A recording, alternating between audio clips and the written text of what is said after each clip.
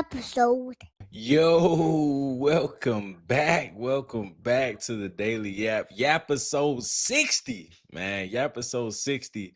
I hope everybody is having a lovely night. What is it? Wednesday? Yeah, Wednesday. I hope everybody's having a lovely night. Hope everybody has had a great Wednesday. We definitely have in the Yap house been an eventful day. Work, obviously. My oldest is Wednesday. So for the ones that don't know, Wednesdays the landscapers come. And if you've been following my other TikTok, the main account, y'all know how obsessed my oldest son is with landscapers, weed whacking, leaf blowers, the whole shebang. He just literally walk around and follows them. He has his own weed whacker, his own leaf blower with a backpack.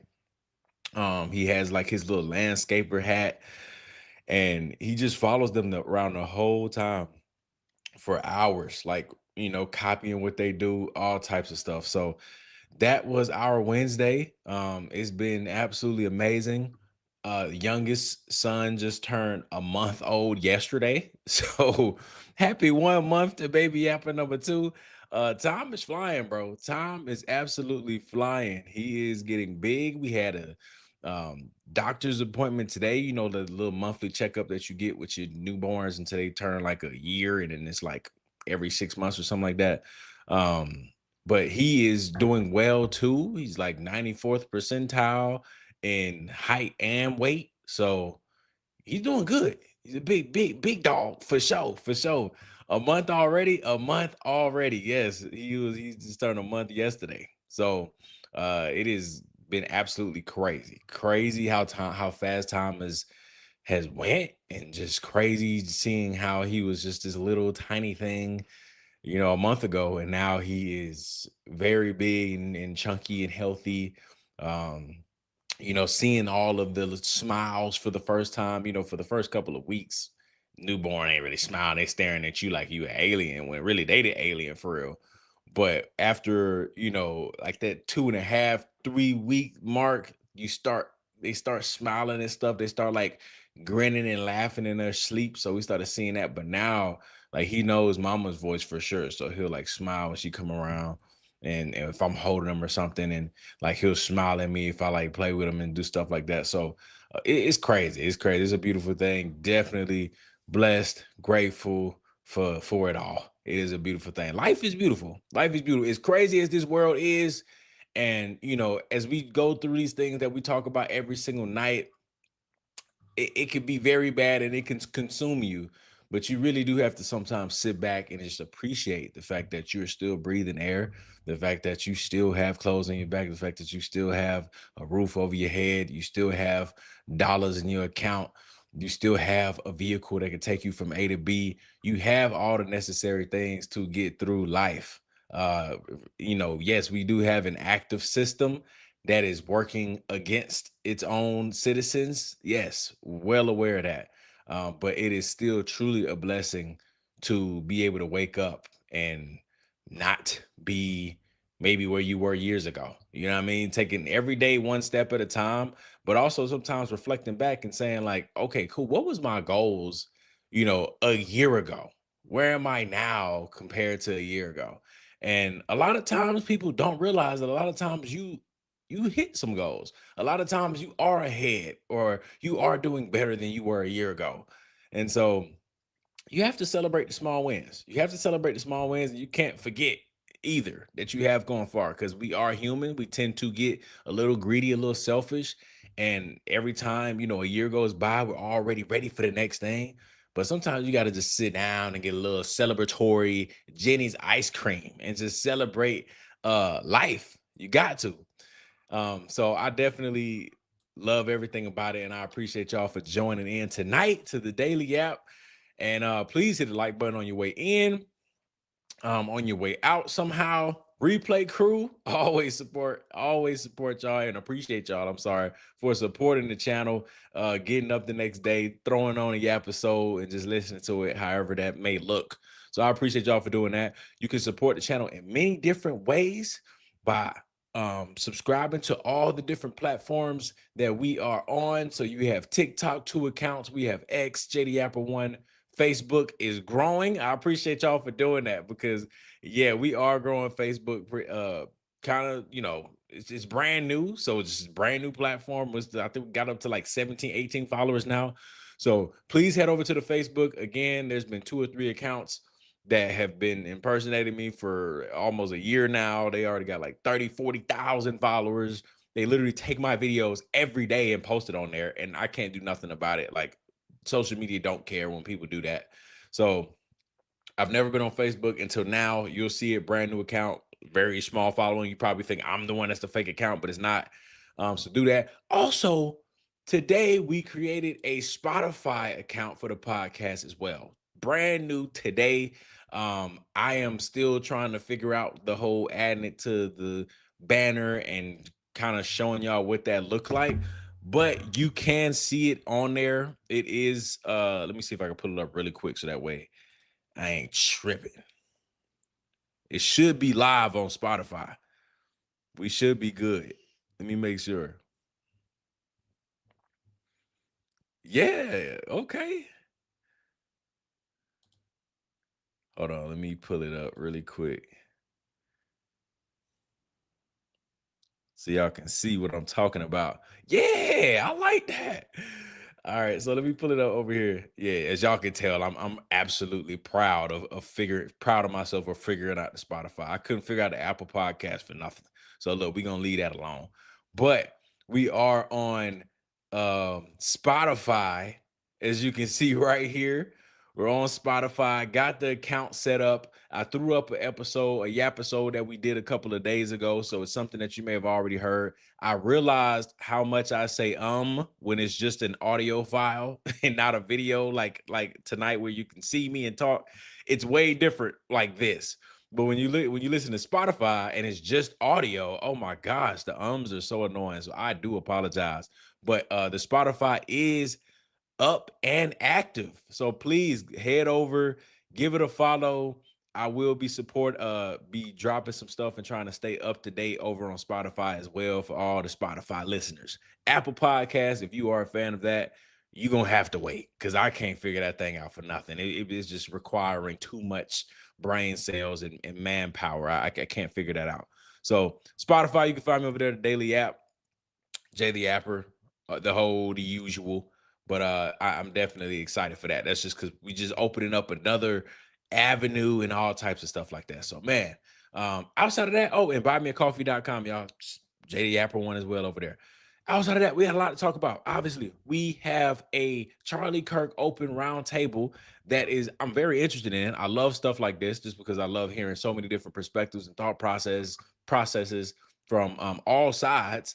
And so we have kind of like the first Charlie Kirk roundtable conversation, in my opinion. I think this is probably the first one with this many names.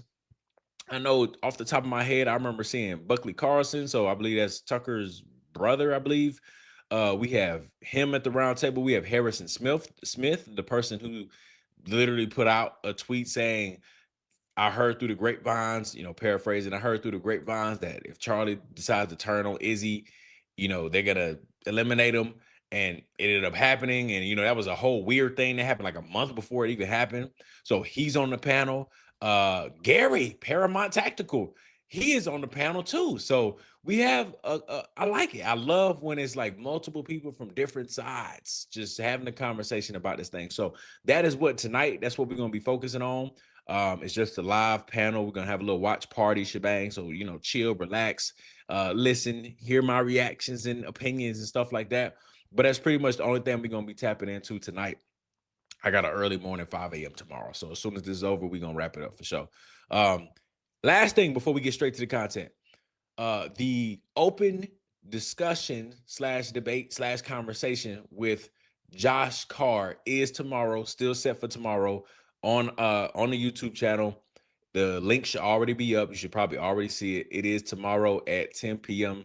And so it'll be me versus Josh Carr. He's obviously representing the evidence is overwhelming side. And me, I'm just an open-minded individual that's willing to see it if he presents it well. So that is tomorrow at 10 p.m. And outside of that, I think we should just get to it. I just wanted to remind everybody about that because I know we was off last night. And so, yeah, don't forget about that. Tomorrow won't be just a typical episode. It will be an open conversation, debate, discussion with Josh Carr in regards to the Charlie Kirk investigation. So enough of me yapping. I'm going to pull up y'all comments so I can see what all of y'all saying throughout this open roundtable of the Charlie Kirk investigation. And without further ado, I will not waste y'all's time anymore. I appreciate y'all for allowing me to do my little intro. Let me pull this thing up and let's get it going.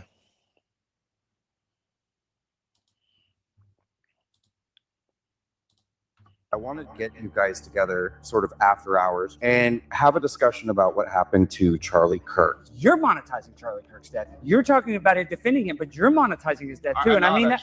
The thing with Candace is, and I don't know what her intent is. I don't know what's in her mind. I don't know if it's displaced grief. I don't know if it's anger. I don't know what it is. It doesn't matter. It could be genuine concern. It could be genuine actually, concern. it could I don't know her personally, so I don't know what total her disgust mind is, and I'm the not level trying to of know. If Israel was directly involved, not with an exploding microphone. That's the Harrison Smith guy. So like he definitely got a lot of explaining to do. I've seen a tweet of him today saying like he told the FBI the name of the person that he heard this leak from of Charlie Kirk and all that. He said he gave all that information over to the FBI.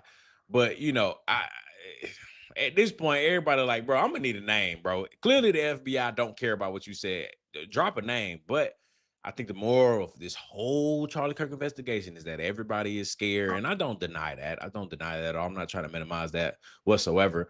But if everybody's scared, then what we doing? You know what I mean? Like, because that's what everybody has been saying. So Phone, but it's just whoever shot the shot was an Israeli agent. He hopped on a plane 5 minutes later out of Orem and shot off, never to be seen again.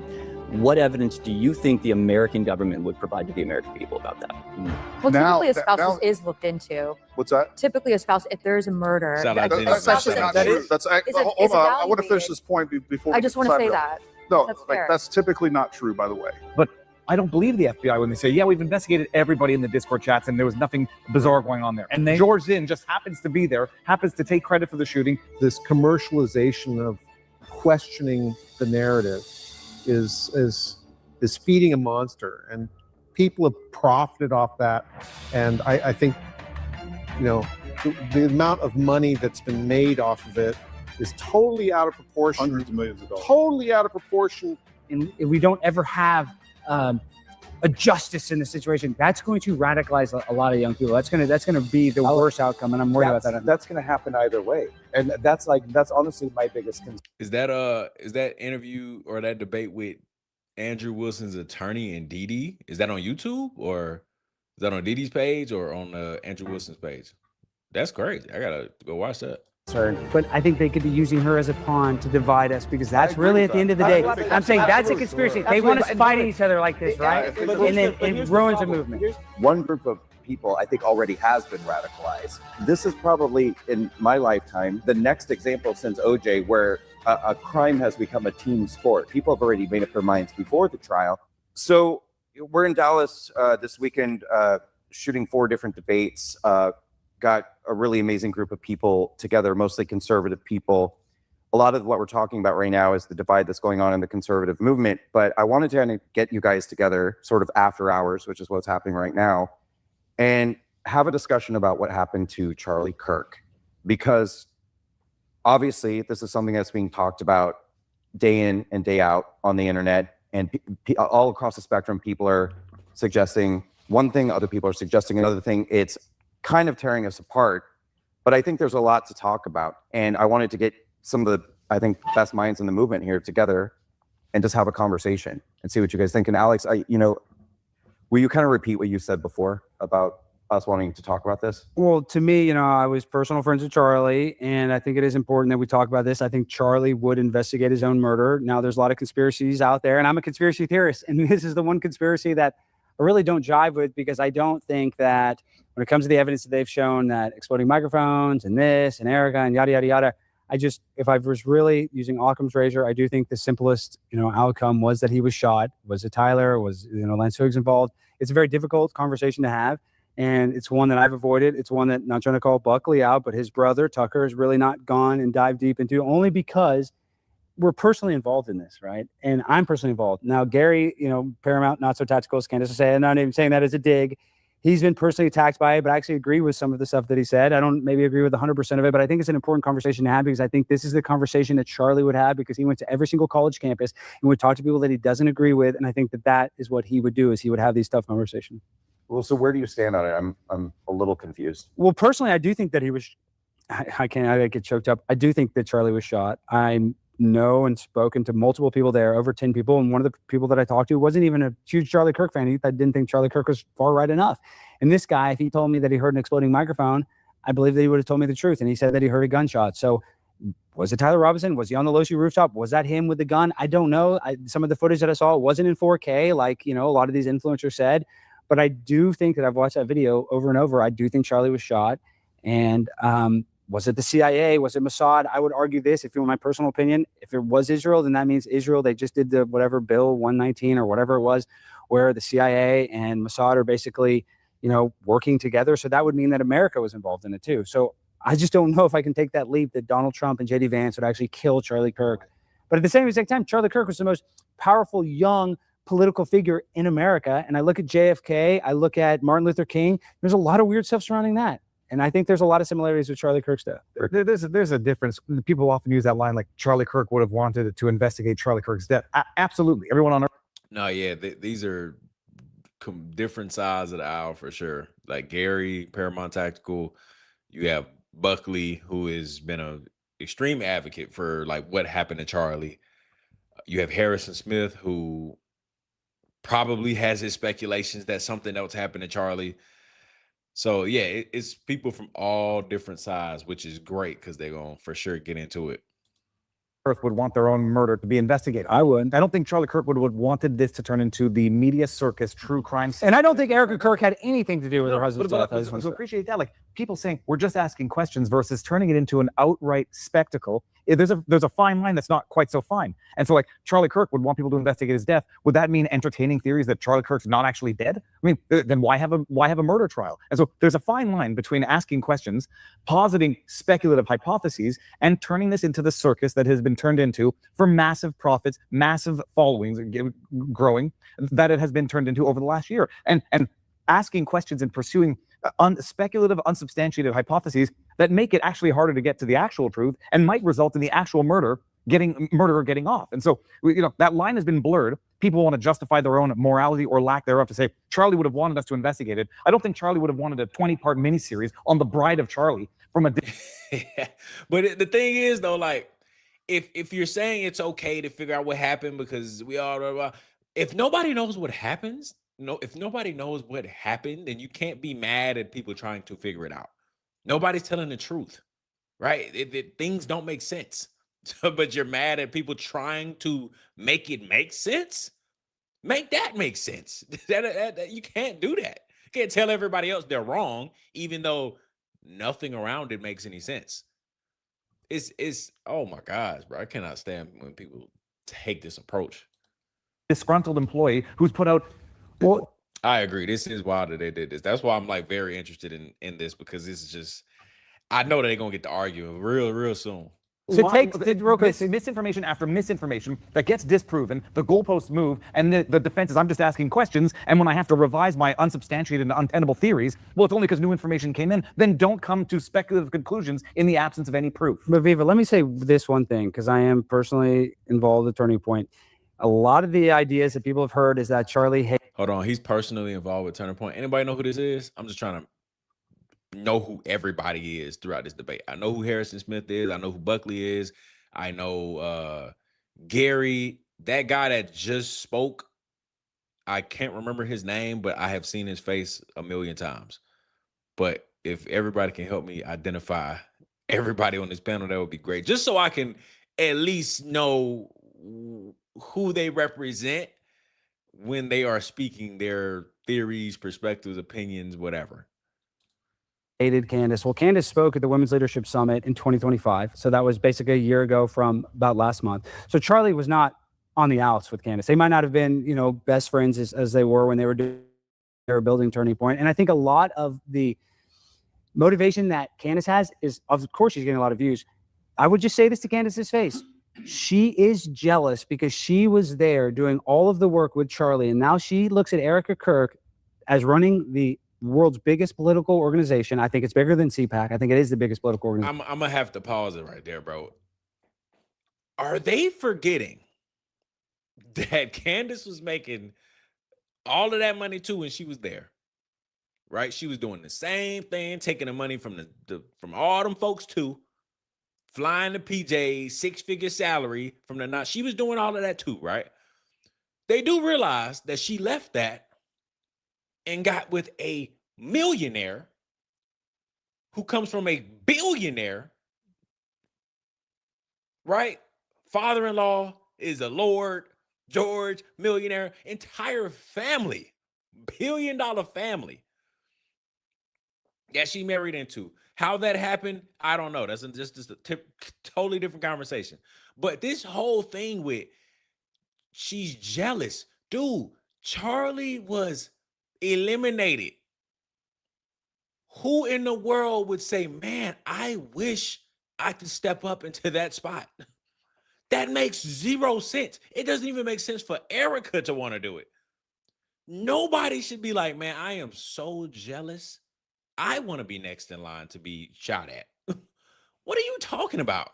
This woman, Candace, got all this bread from herself doing what she do. And then she got a billionaire family that she's married into. And they talking about, man, she's so jealous. She wish she was out there going campus to campus, arguing with her donors and getting shot at every day. Like,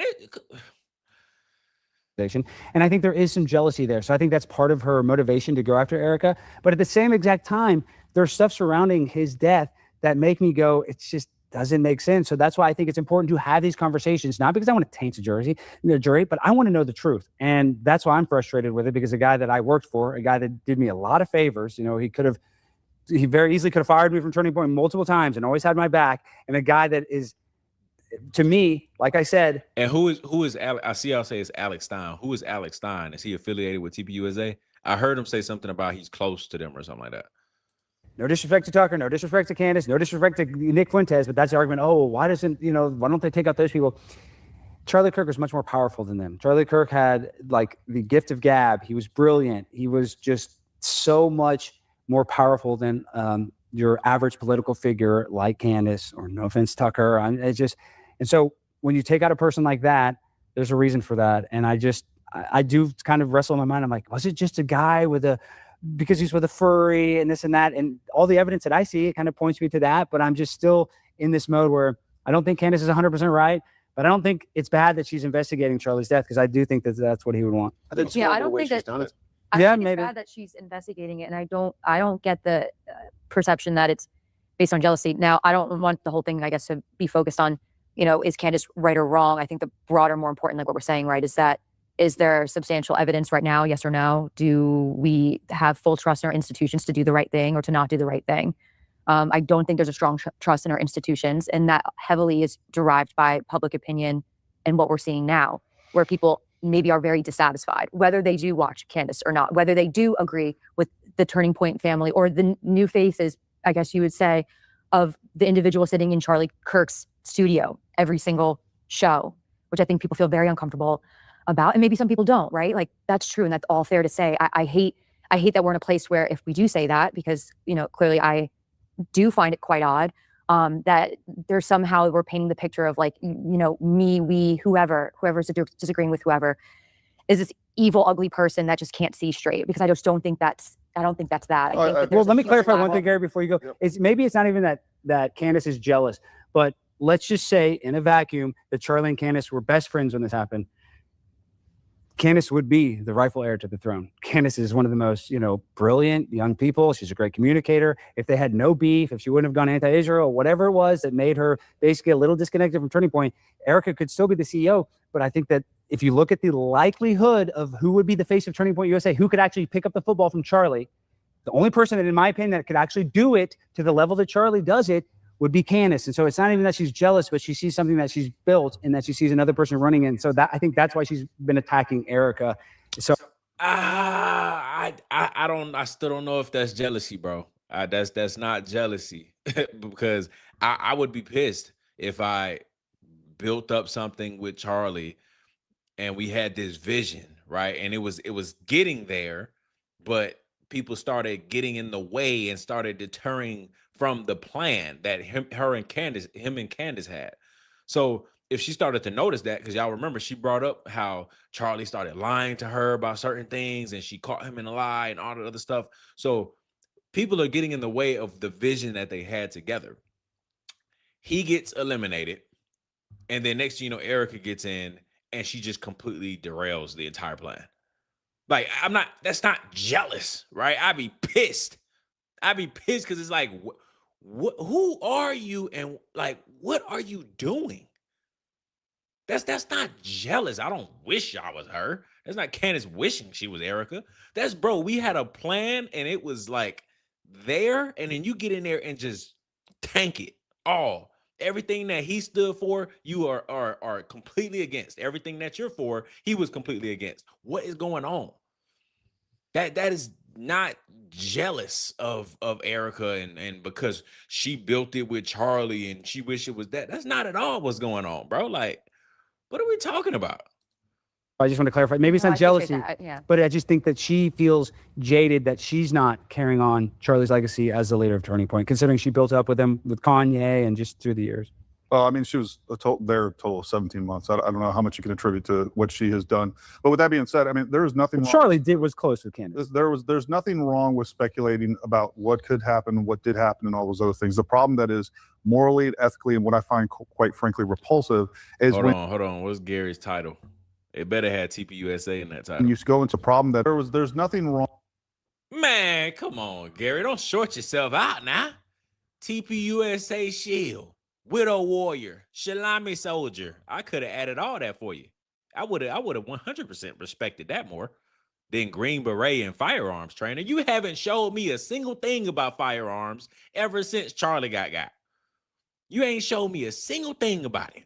You ain't went out in the field and shot anything. You ain't all of this convincing that you want everybody to believe in this 30-06. It makes so much sense and da-da-da. You critiquing Valhalla's videos. You ain't showed me a single thing about firearms yet. Just been gossiping on X, doing an X space, talking about Candace every single night. Candace hater. How about add that to your bio?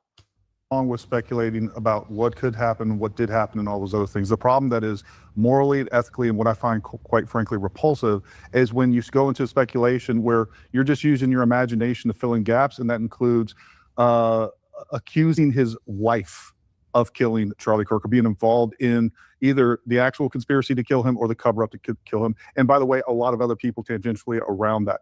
And I think that's where I find like the line is crossed, is disgusting. And on top of that, just like we talked about a minute ago, where it's like now you do a multi-part series, not only are you accusing Erica Kirk of, through implication, it is accusation through implication, not only of killing Charlie Kirk or being involved. Well, she didn't say that she shot him. I think she said that they had prior knowledge. Like she had prior knowledge, which by the way is a crime.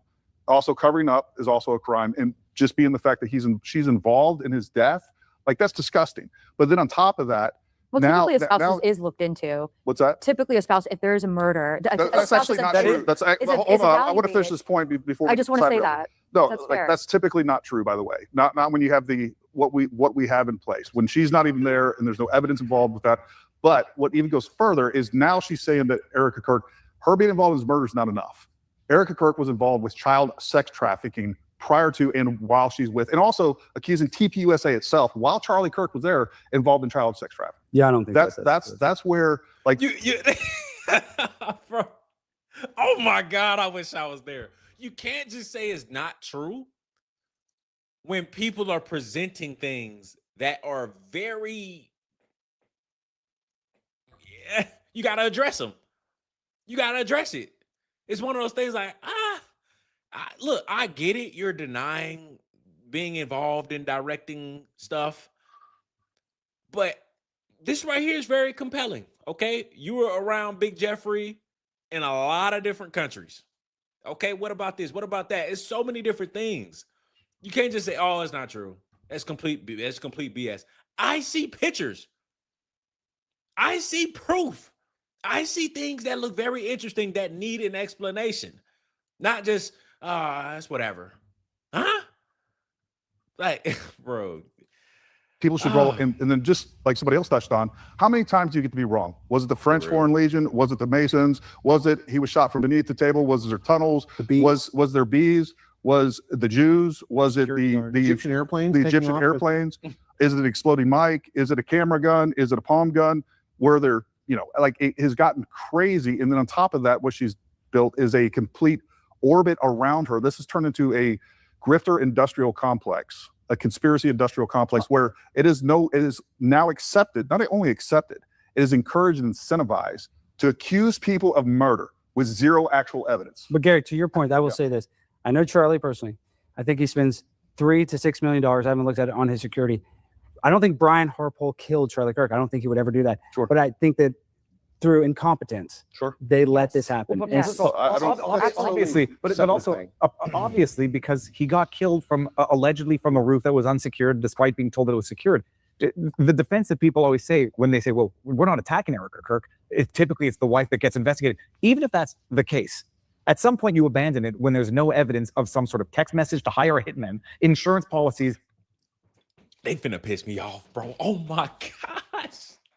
It better be somebody on this panel that has been following everything. Could these folks just be, they not really locked in. Y'all know what I mean? They not locked in.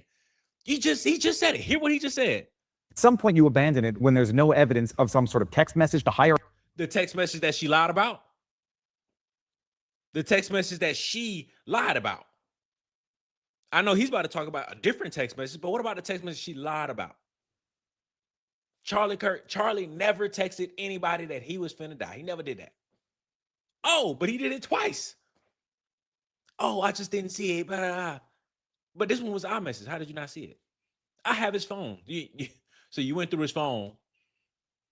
You lied about not seeing those text messages, right? You lied. She didn't even say anything about Charlie turning his perspectives and views, right? That text message.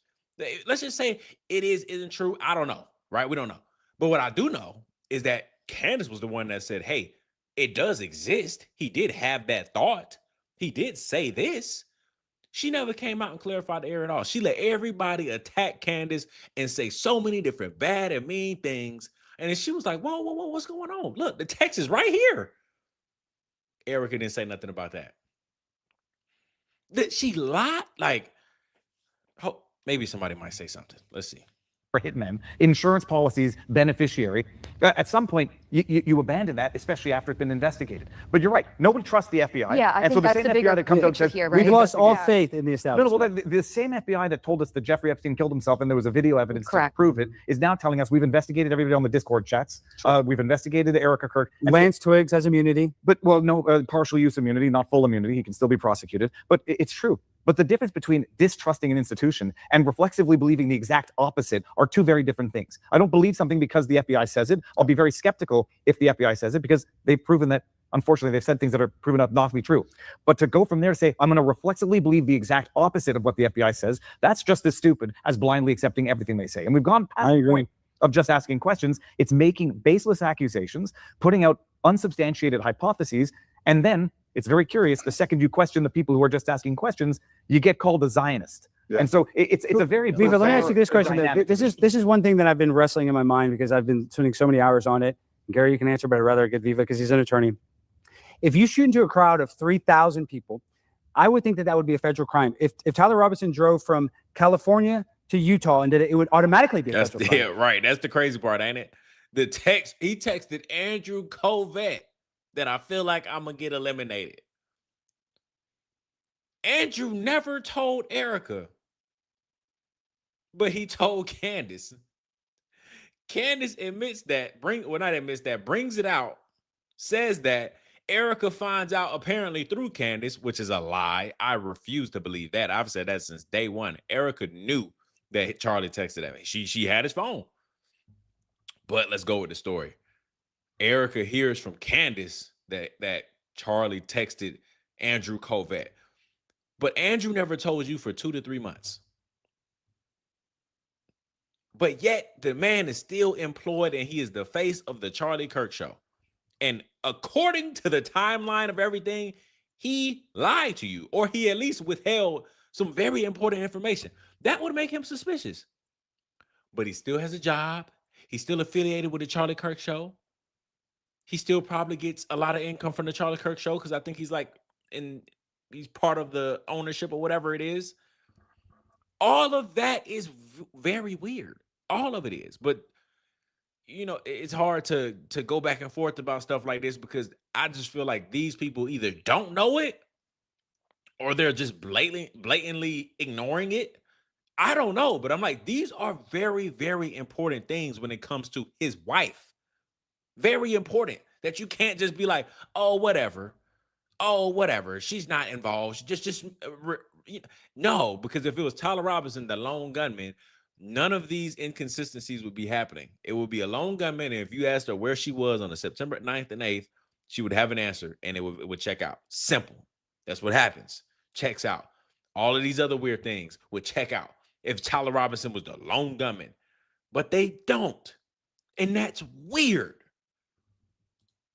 But I'm kind of happy that it's a state crime because we have cameras in the courtroom. But I do find it's weird that this is basically a terrorist attack and they're still prosecuting at the state level. Why are they not prosecuting this at the federal level?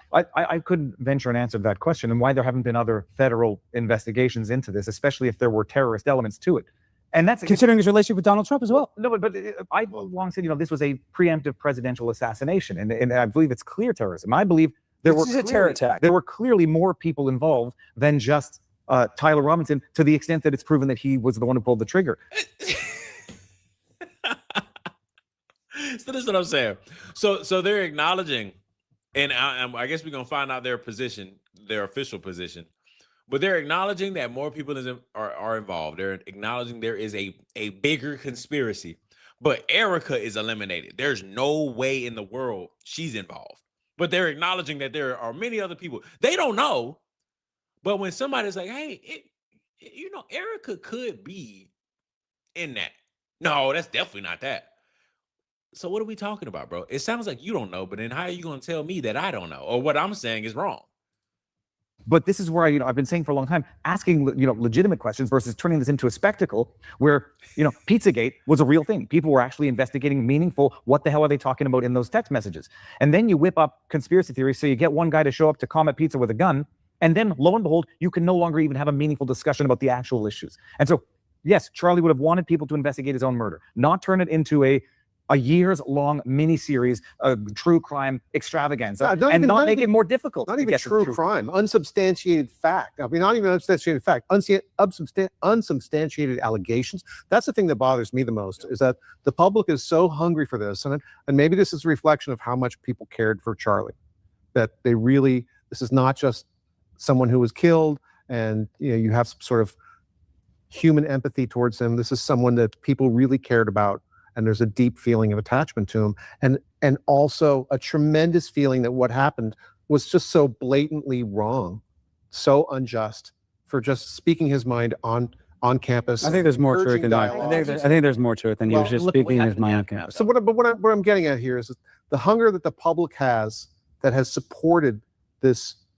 commercialization of questioning the narrative, is feeding a monster, and people have profited off that. And I think the amount of money that's been made off of it is totally out of proportion. Hundreds of millions of dollars. Totally out of proportion. The value of anything that they produce on these arguments is also not to be disregarded too. Yeah. And can I just bring it back to the fundamentals for 1 second and bring down the temperature, because you all seem kind of angry about it. I'm very angry about it. I'm sad too, and I'm not going to be defensive about saying that the onus is entirely, and I'm not going to be defensive about saying that the onus is entirely on the authorities that we pay for, the entire law enforcement system that we tolerate at the expense of our freedoms.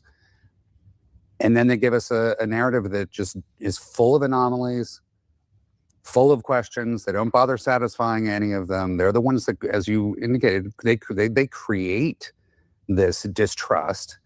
And then people are mad There's never a trial in which all the evidence is released to the public before the trial. That's actually Yet people have maintained they were. I mean, you were definitely not mentioning that a lot of people have said, quote, there was 4K video of this Yeah. guy taking a That's shot. true. No, this- Man, I'm so glad Buckley there. I'm hoping he's staying on business. It seemed like he is so far, but he might be the only one that's gonna represent the people.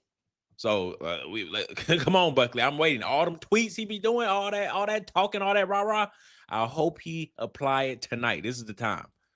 See the pores on his face. Basically, I watched 4K video of this Yeah. guy taking a That's shot. true. You No, can see the- the pores on his face. Basically, I watched that's several a people. mischaracterization of true. actually what was said. But There's No, no actually, well, it it's wasn't. probably I saw saw somebody Jack say that. Jack Pasoba Jack- was I talking saw about 3 yeah. separate press I'm conferences. friends with Jack, so I'm not even But he was calling them out, talking- but that in was interview, weird. He was talking Yeah. about 4K The footage video. of him walking He up was the talking stairs. about inside Yeah, the yeah. facility Yeah. walking up the stairs. Not the shot. He Jack said, never I- talked about actual rooftop 4K video. But He said, no, yes. Yes, he. Oh my gosh, bro, these folks. Come on, Buckley. Come on, bro. Come on. He did. It's not the shot. He Jack said, never I- talked about actual rooftop 4K video. But he said, no, yes, he did. He said, I saw him take No, the he did shot. not. He I did saw say what that. time He it did say was. take He the did shot. say he did He say certainly did he did say- say Yes, he that I did. saw him take the shot and And I it lined thought- up with the time. So like what he say, because let's be real, before we went Maybe into he this, also- everybody was saying in the conspiracy side that footage didn't even exist, or they would have showed us that at the very beginning. That's And true. that footage did exist, which by the way, also the footage at the Washington County. Gary, stay on topic, bro. I would have said, dog, none of like all of that's irrelevant, bro. We're talking about the people who said that they saw 4K footage. All of like, stay on topic. Stop it. Sheriff Department that they said didn't exist also existed. But the point here is like, from my perspective, if I'm like, okay, I know a shot occurred. We have cameras on the ground. We see this person at the right time, at the right place, get in position. Like, I don't see a GoPro in his face pulling the trigger. But my God, like how many more, you talk about coincidences, like how many more coincidences do I you will say this, so Gary, you have to, the entire campus is saturated, For as real. everywhere else in America at the moment is saturated with cameras, high quality cameras. Sure. And you're saying they've got pictures of this guy who may or may Welcome not in. be. He's wearing the same clothes, looks like Tyler, but they have no clear image. Oh, of his they do. As a matter of face? fact, Lance Twiggs in the deposition actually said, yes, that looks definitely like him. In the Yes, last Based on No, what he he's did, saying, but we're though. relying What's that? upon Lance based on what Twiggs. he is saying, right? Like, which I know, I get it. Sure, but Don't miss a key part of the land. They want to bring up Lance Tweeds. Okay, cool. Don't skip over words he said though. Words he said. I think that looks like him. I can't tell because of the camera quality. But he does like hats. He does like this. He does like that. Oh yeah, that last one right there is definitely him, sir. I showed you all 6 of these when you first said that the quality was bad. You saw all of them before you even said it kind of looks like him, but the quality is bad. So I'm not 100% sure. I can't definitively say it. Don't forget that part. Don't just skip to the end and say when he said it, that was definitely him. Like, this is like I'm getting triggered. Oh my gosh.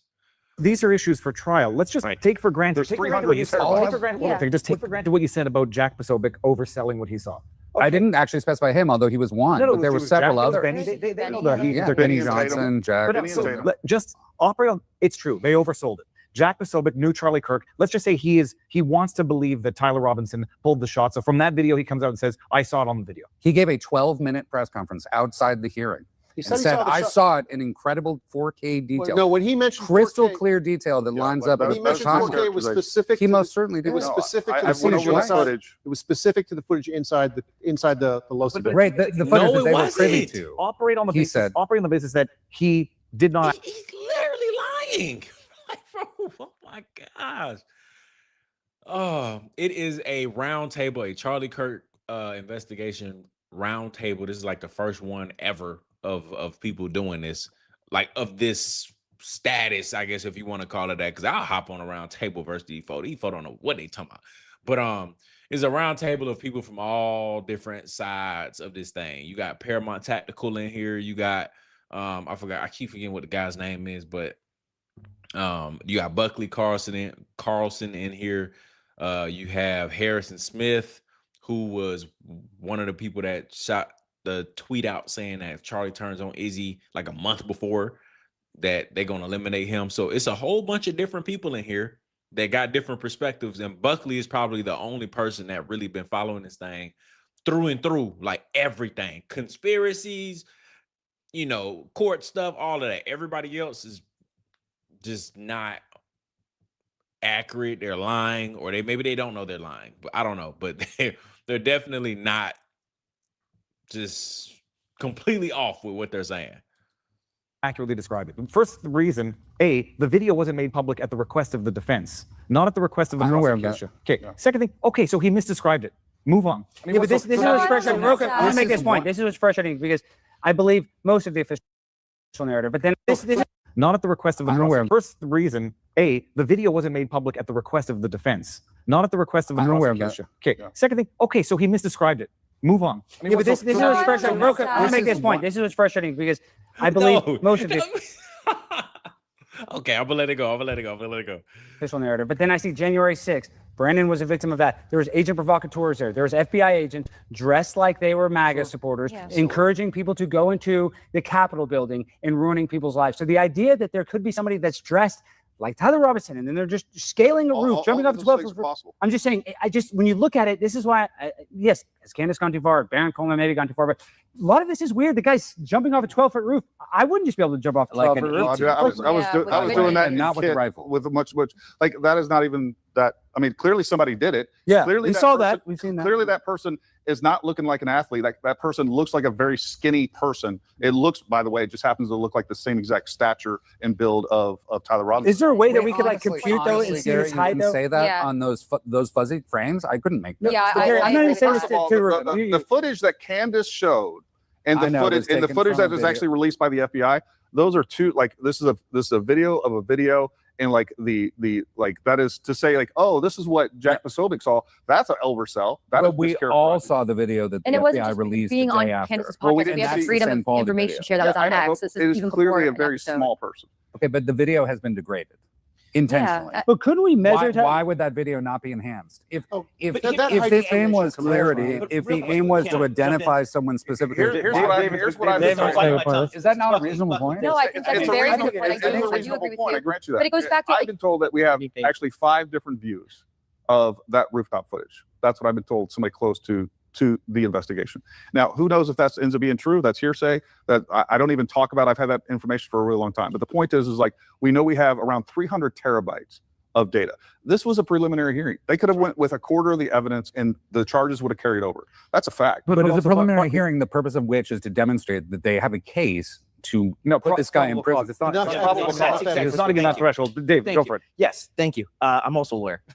And the thing is, when you get to the point where you're getting at, right, we had one evidentiary hearing that determined probable cause, right, that the case can proceed. And everything we're arguing about right now, we didn't even have before that. Right now, we have even more than we had before. All of the arguments that are being made, and I'll talk about Candace in about 5 seconds, all the arguments that are being made are based on the lack of evidence, right? So we're filling in the gray area that we don't know with conspiracy, and there's a reason for that. And like I said, I'll get to that in a second. But the fact is, they're not going to release every single bit of evidence to the public before this trial goes on. They have to pick a jury. And so what the last thing a prosecutor wants to do is say, hey, I have an idea. Let's convince all of the public that this guy is guilty by releasing everything. And they can't. No. They just need to release the most compelling evidence. You should probably bring your best foot forward. You ain't got to release everything, but you dang sure ain't gonna release things that just got holes in it. And I know somebody out there on that side is gonna say, this was just a damning evidence. This was just such overwhelming evidence. Like, no, it wasn't, bro. No, it wasn't. The bullet was inconclusive. Lance Twigg said he can't even definitively point out his lover that he sleeps with every night on camera. He's literally looking at the camera. All he has is a hat and glasses on. And Lance Twiggs is talking about the quality is not that good. What are we talking about, bro? The rooftop video is a blob running across the roof. And to me, it looks like a heavier guy that's wearing, looks like a jacket. But then you're going to have to explain, when did the jacket get put on? Because Tyler Robinson arriving on campus was in a thin black long sleeve and blue jeans. But in the thin black long sleeve and blue jeans, you can't really see a rifle print inside of it. What are we talking about, bro? That is what they show at the probable cause. And the sheriff that went to the roof, but his body cam footage, cut off at the most convenient time we would have saw a screwdriver. Like, they needed to show just show me something that's like, okay. everything was like, I ain't looking too good. Ain't looking too good. But we all know that it's gonna go to trial anyway. That's not gonna be a question. Go to trial, or he's not gonna make it. Whichever one. Even have a trial. So the idea that, and look, and I will say this, and I'll say it right now, it's recorded. They weren't looking for compelling evidence to show the judge. Their most compelling They're not evidence releasing on that that to the day. public. We don't know what they have. That No, hasn't in been that released. courtroom at that evidentiary They're hearing only for showing enough probable to determine cause, probable there's cause. nothing It's not the most Only compelling enough to just show probable cause. And so there's still discovery that has to happen. There's other evidence that you're still considering. At the end of the day, we don't have the evidence that the prosecutor has, that even the defense team has, that even the judge has seen. There's hearings that are happening outside of the cameras where they might have seen some of this stuff. They're not going to give it all to the public. And I'm not saying that maybe we'll go to the trial. Maybe you'll watch it. It'll be like OJ. It'll be like, well, the glove's not fitting. And then we can continue the conspiracy conversation. I think that's valid. But to determine that since we, the public, don't have the information, therefore every other probable reason why Charlie was killed, well, that's the truth then. And I just think that we're taking too free of a liberty to use our imaginations into what may have happened in lack of the evidence of what actually happened. And then let me pivot for 1 second. I'll turn it back over. The thing with Candace is, and I don't know what her intent is. I don't know what's in her mind. I don't know if it's displaced grief. I don't know if it's anger. I don't know what it is. It doesn't matter. Could be genuine concern. It could be genuine Actually, concern. it could I be don't know her personally, so I don't know what her total belief- disgust mind is, and at I'm the not level going to of know. But I do know this. evidence. Charlie Kirk, the reason why he was a target, whether it was the one shooter or whether it was another country, was because of how effective he was motivating young people. And if we look at who's targeting young people today, it's the left, it's the communists, And it's the state of Israel. It's just, I don't know that to be true. What 100%? But They've taken a either lot way, of can we public. Charlie agree? was They've against the taken a Iran lot War. of public That polls is a about fact. it. BB said himself that they needed to control TikTok because that's the youth. They need to dump money into it. They need to pay influencers. They need to acquire TikTok because that's where the youth are. How can they get the youth? TikTok. He had that whole meeting with all of these young people around him, and that's what he said. So if you don't know these things, shut up. But just telling people that they're wrong when these things are literally on the internet is annoying, bro. It is annoying. It's on the internet. I'm not sitting here you're making stuff up, but I can't stand talking to people that just make stuff up. Just make it all up. Like when I was talking with Lisa in that debate months ago, and she was one of the first people to be like, when I talked about those pictures of the fake kids with Erica, she was one of the first people to be like, that's because it was the boy is not hers because it was a play date. And I was like, what the freak are you talking about? Who? Nobody has ever said that. You just made that up. She was like, no, that was a play date. That the girl was hers, but the boy wasn't. I have never heard that at all, bro. Please, like, I cannot stand when people just make stuff up to keep the argument, or they just don't want to be wrong or whatever. Like, bro, Buddy is literally on camera saying we need to take the youth. We need to get the youth back. We're gonna buy TikTok, push propaganda. Buckley acknowledges that Izzy is doing it, and then his guy's like, no, it's not. No, they're not. Don't say that. Oh, they are. That's what he said. But either way, can we agree that Young young people, Americans about can the we state of agree though that Israel. young people are being used for political purposes and their hearts and minds? And Charlie was very effective at getting young people for our movement.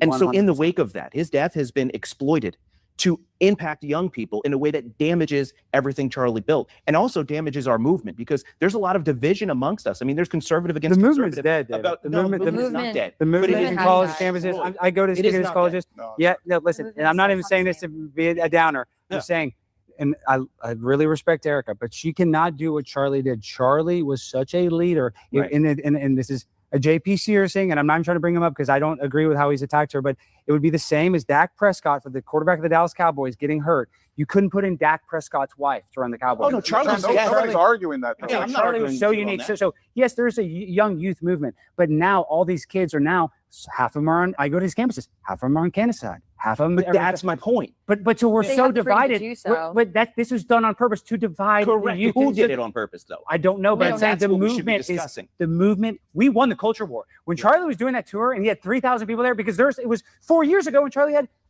100 people there. You know, it was a small. All of a sudden, now he's like the Rolling Stones when he's on it. You know, he's the biggest thing ever. We had the culture war won, trans We did. agenda, whatever agenda, we had it won. And then when I just see my touching and feeling, now the culture war, we're back to zero. Well, Yeah, I there's do no feel we doubt are about absolutely it. back to There's zero. no But let's doubt. talk about what we actually have seen, though. Like outside of what podcaster or whomever is arguing this, that, whatever, like the things that we know. We're talking about, do we have trust in our institutions to actually do the right thing and provide proper evidence? We already have established that there's been a mischaracterization on what influencers are saying, what being privy to certain types of information. Okay, but what have we all seen as a collective? We saw the footage that was circulating on X and we said, okay, this is, it's very grainy. That's a no. We all agree that it's grainy. If there's more footage that we're not privy to, okay. If there's a way to make it less degraded, that would be excellent. That's to be unforeseen right now. We do also have some text messages, right? I just, as a viewer of seeing the text messages and having my mind of freedom of thought, I found them to be very odd. So I think that's also a fair conversation to have too, is like, okay, based on what we've been given so far, and we can talk about the institution and what we expect out of it and hope and pray for. So for what we've actually seen so far, we talk about the footage, we talk about the given, but and I'm not disagreeing with what I'm you're saying what we've seen online. What entitlement does the general public have to the evidence that's going to be presented at trial for a jury? Then why are there so many people who've convicted Tyler Robinson so aggressively in public? They've said, we've got the killer, he's guilty. Well, and that's a fair point. I mean, everybody Well, I just want to make this point. I said it earlier, but yeah, Buck, I like Buck on that timing. Because ain't nobody else on that time. Everybody else pushing. They really, I mean, what's his name? Y'all told me earlier in the chat. He's doing okay by being on that side, like by being on the TPUSA side. He seems pretty fair right now. He's not doing too bad. But yeah, Buck on that type timing. He is. I'm here for it. Boardmaster just said it was me. He kind of admitted it. But that's odd. I mean, but there's not timelines to this. I just want to say this, and I was not there. But I've talked to multiple people. Gary just said it too, and there was a gunshot. I know this. I've talked to people that would not lie to me. Loud noise. I mean, there was a loud noise. Actually, so not only was there a gunshot, I just know that. I know there's. I was just about to say that. It's just a loud noise. No, nobody's gonna know at that very moment that it was a microphone or not. You know, I'm not like 100% like sold on any theory, but nobody in that very moment, in that split second moment. Outside of Michael McCoy, he's the only person that knows what he was going to do. He knew what he was going to do. But outside of that, nobody else knew what was happening. So in that split moment, the only thing you could think about, yeah, it was a gunshot. I'm not going to think it was an exploding microphone. That's something that you down the line are going to be like, dang, bro, you know what? Do a little research. Oh, outside of that, right. It's just a loud noise. Loud noise, I see blood. Gunshot. I mean, that's the only thing I can think of in that split second. I run. I look at online. Everything's still, that's just what happens, right? Maybe he just got shot. Down the line, you start figuring out more things. But like to use that as some type of bullet or a talking point, like I talked to so many people that confirm that they heard a gunshot. That means absolutely nothing, bro. Nothing at all. I don't know anything. I don't know who shot the gun, but I know there was a gunshot. I talked to somebody that would not lie about that. A person that John Bray had done. Oh yeah, Alex Stein. Yeah, I think that is who that is. John Bray doesn't know his ass from the hole in the ground. But see, like actually, I don't think that's fair to say. No, it is like so. I've actually had Matt Tardio on, who is literally not only a ballistics expert, former Green Beret. He's literally an explosives expert. We went through everything that John Bray did. What he is doing is pure fantasy. It is speculation upon speculation mixed with some sci-fi nonsense that, by the way, I saw completely Matt defies Tardio physics. on TPUSA, and I saw an interview with John Bray. John Bray was so much more articulate, so much more in command. I mean, so the much best more con artists are. convincing. Matt Tardio was not convincing at all to me. I'm not a ballistics expert, and I don't need to be. I really applaud you for having this series, but I actually push back respectfully and say, in this case, it's not fair to call it like a conspiracy theory deal. I think of this as basic truth, simple deduction. Like, this does not feel or smell right. This story about what happened to Charlie. We haven't even talked about all the foreknowledge. We've got famous George Harrison Zane. Smith. There's a lot of weird stuff too, right? I mean, there's a lot of people predicting that Charlie was going to be killed. Yeah, but I like this. Get them all nervous. Get Harrison to clutch his pearls. There are all sorts of elements and weird anomalies on the day that he was killed. Pardon? Well, Charlie. Well, there are lots of people online who are predicting that he was killed. Charlie wouldn't have spent millions of dollars on security if he didn't think there was a threat on his life. I'm making a point. Yes, there were people who posted in advance with an hour talking about all the weird anomalies that were surrounding this. I mean, I think you can find anonymous. Just like I went through this whole thing with Butler too, and like I was lambasted after I went and talked to people at Butler. I went and actually did a 3D. Are you model of satisfied Butler. with the Yeah, I'm not information you got with satisfied with the Butler? government's story Gary, on I'm real Butler. quick. I'm not even meaning to cut you off. I know you're talking about Butler, but are you satisfied No, with the information I'm and the not. official I story? think there was a conspiracy to cover up, and I think there was definitely much more involved with Thomas Crooks, and I think that he was actually radicalized and weaponized. And I think very possibly, and I've talked about this, I went and did a whole interview with Chase Hughes about psychological manipulation and basically brainwashing, and I think that possibly the same thing. But going back, like, here's the responsible thing, like people like Candace Owens and people with a large microphone. Gary is also the same person that uses the word conspiratard as a 40-year-old man. He literally says that in his tweets. So now all of a sudden you're like, I do think there was a larger conspiracy in the Butler assassination or the Butler assassination attempt. But then you're online calling everybody conspiratards when it comes to this. Like, this is why you can't take these people serious. You cannot take these people serious at all. All of these people have a past of literally saying the complete opposite. And then when you put two and two together, it's like, dog, something happened here.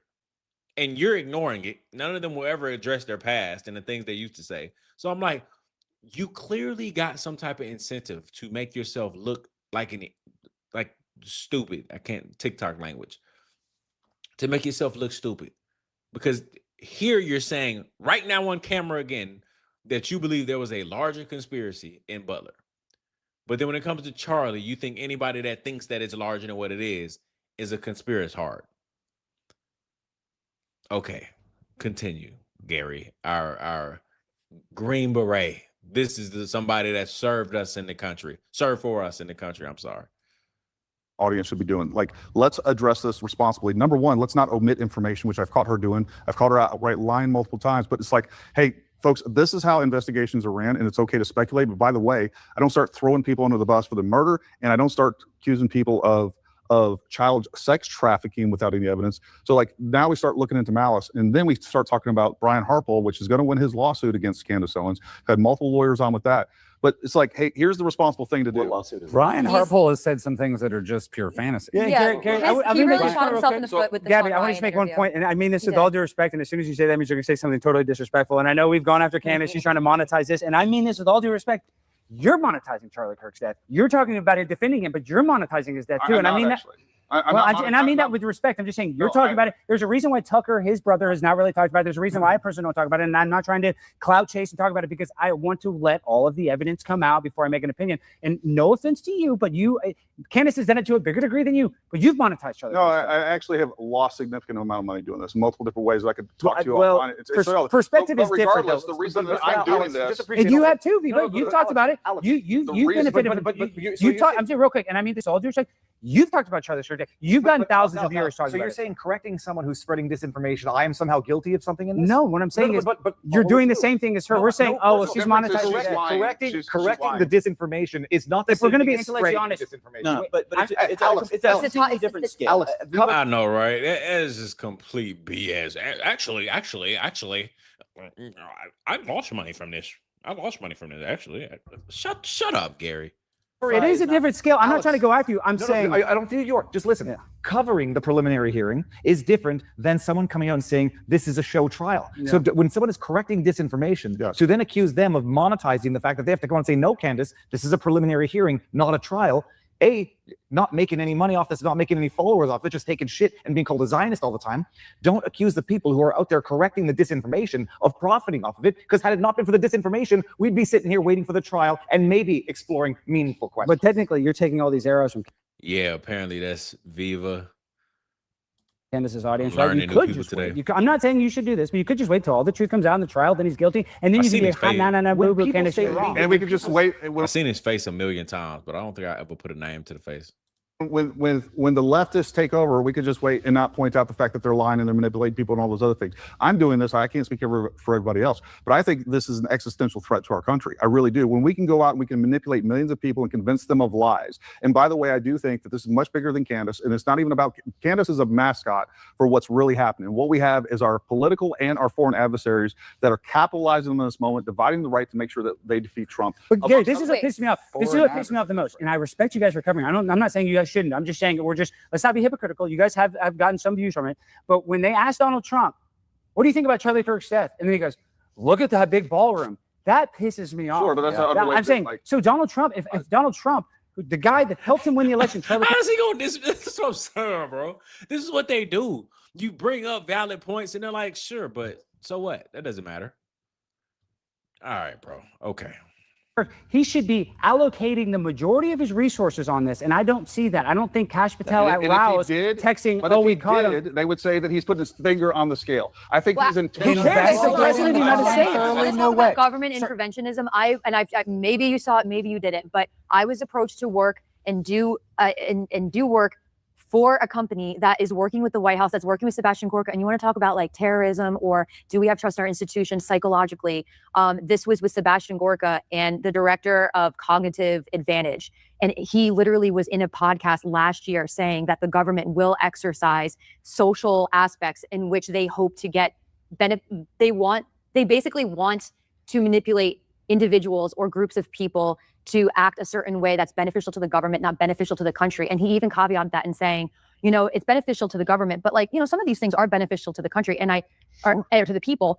And so I hear that, and I hear this cognitive advantage research, and I hear Sebastian Gorka, who's had a slew of issues, and I don't want to go on this whole tirade, but has a slew of issues with security clearances and like what citizen is he truly beholden to of what country is very confusing to me.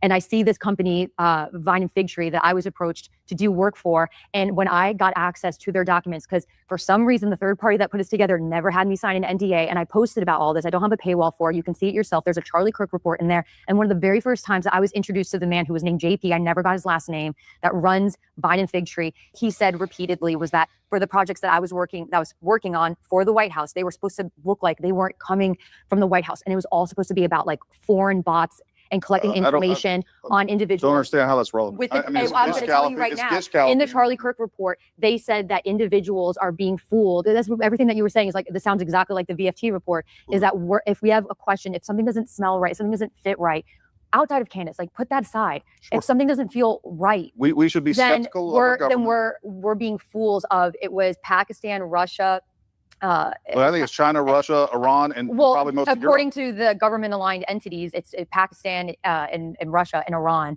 And so when you see that they had said they were responsible for some of the bots that were on Twitter, it's in the reports, and they have said it to me. And again, it is in the reports that they are exercising and collecting information and trying to beat out Tucker Carlson, Candace Owens, anyone that was specific for this Charlie Kirk report. So I just have an issue with that. It just seems very odd that we would, when you talk about allocating resources, instead of the White House, the administration that worked so closely with Charlie, allocating really important resources to ensure that this is a good and right and just trial. Why were they allocating resources and putting out bots immediately, a month Because after we have the foreign Charlie enemies that are Kirk doing the same assassination? thing for sure. I just don't think that's right. And that's just and I've laid all that stuff out many times. I will defend it. And that's where I stand. I think a lot of people had like felt that weird compact nonstop on the internet outside of like the big people with the platforms. It's hard to look away from seeing the discrepancies, the behaviors.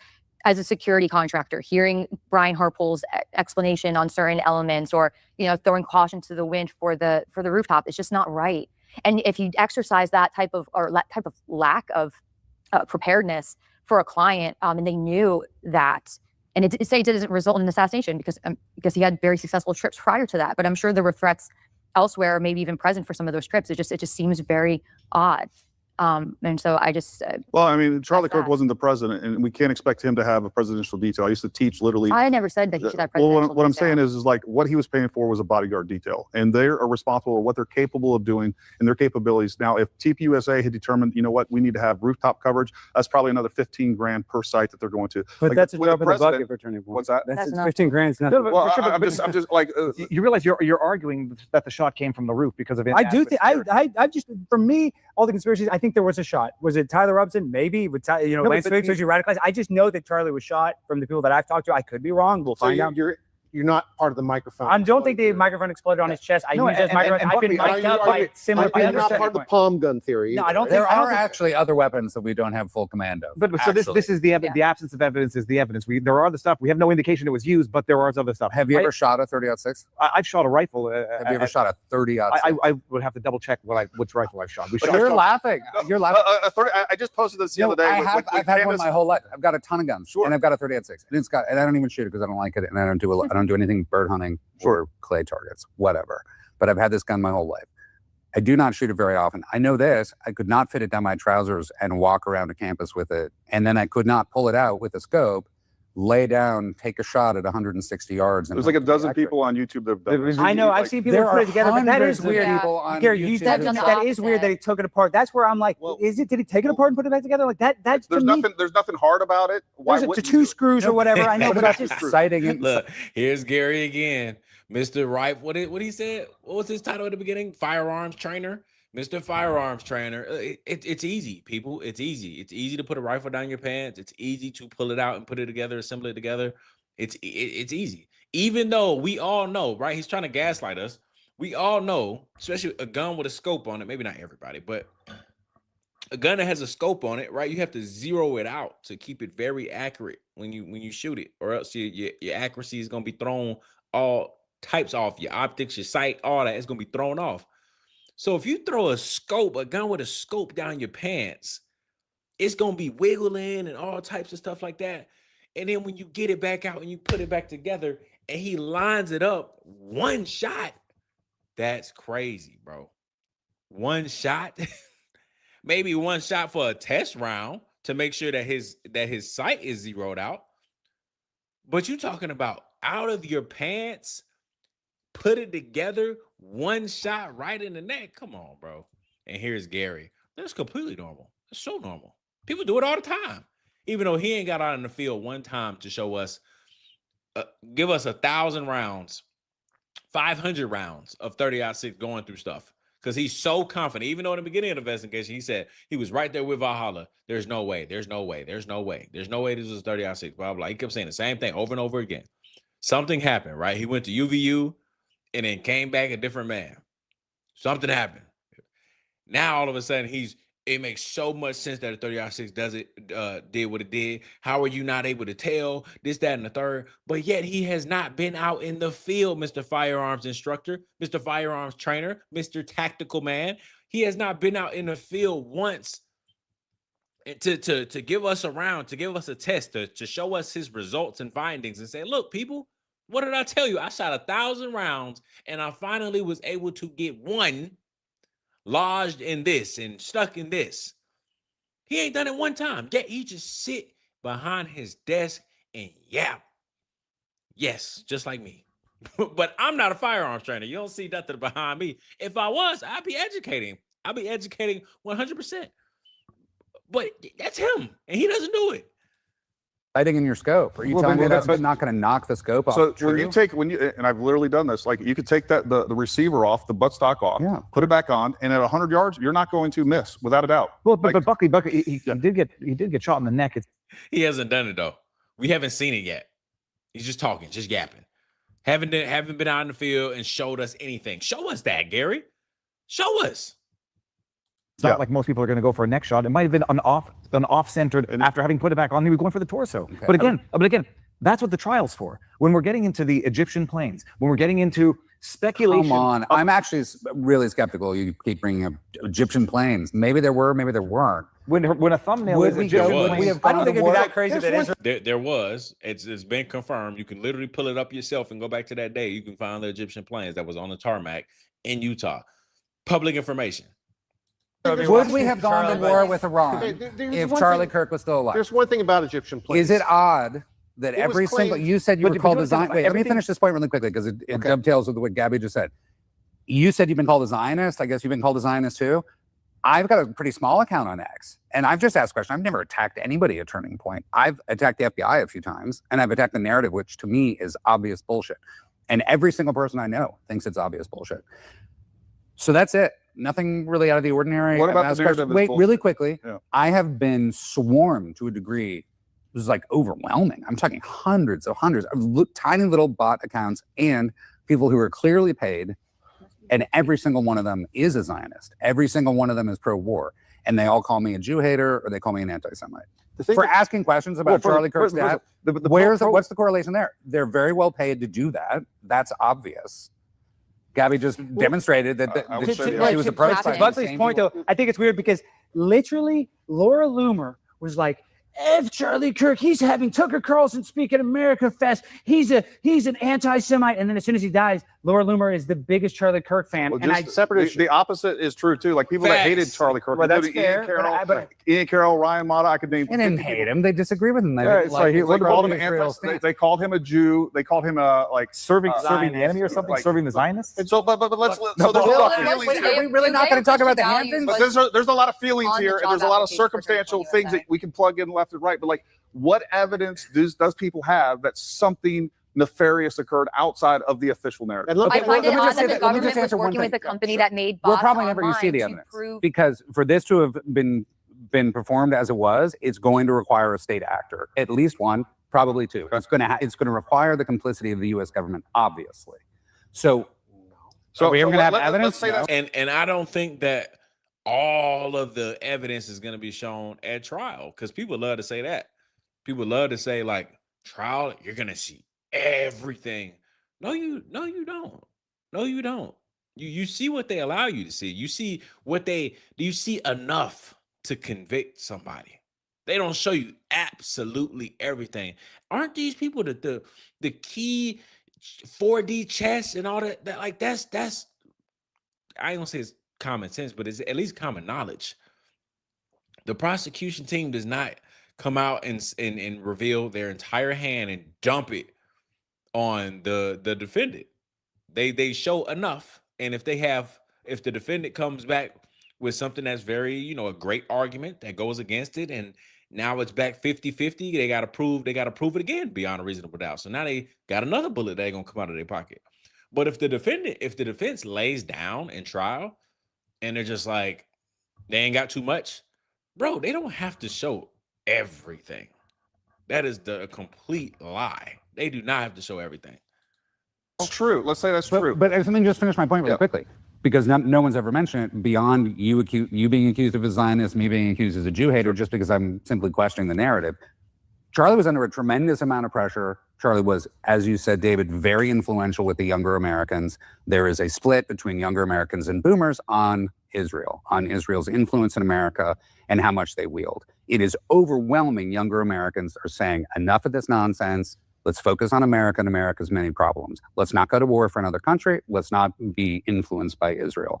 That is definite. Charlie had a huge amount of influence among those people. He'd been a well-documented Zionist for his entire career. Then he started having legitimate questions that he expressed to all sorts of people. But it's really fucking important. Excuse my language. No. And then weeks before he died, he gets pulled into a struggle session at Bill Ackman's house with Josh Hammer, with Seth Dillon, and all these other people who were aggressive Zionists, pro-war Zionists.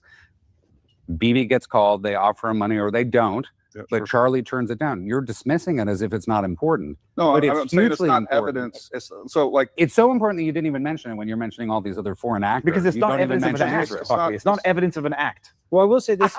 You don't need an evidence. It's so let's don't need evidence. Let's hold on a second. So hold on. Let's grant all that. Let's say that the United States was complicit in, I guess, the French Foreign Legion, and Mossad. So they do work together. They all work together. I'm just saying it's hugely relevant. How could it not be?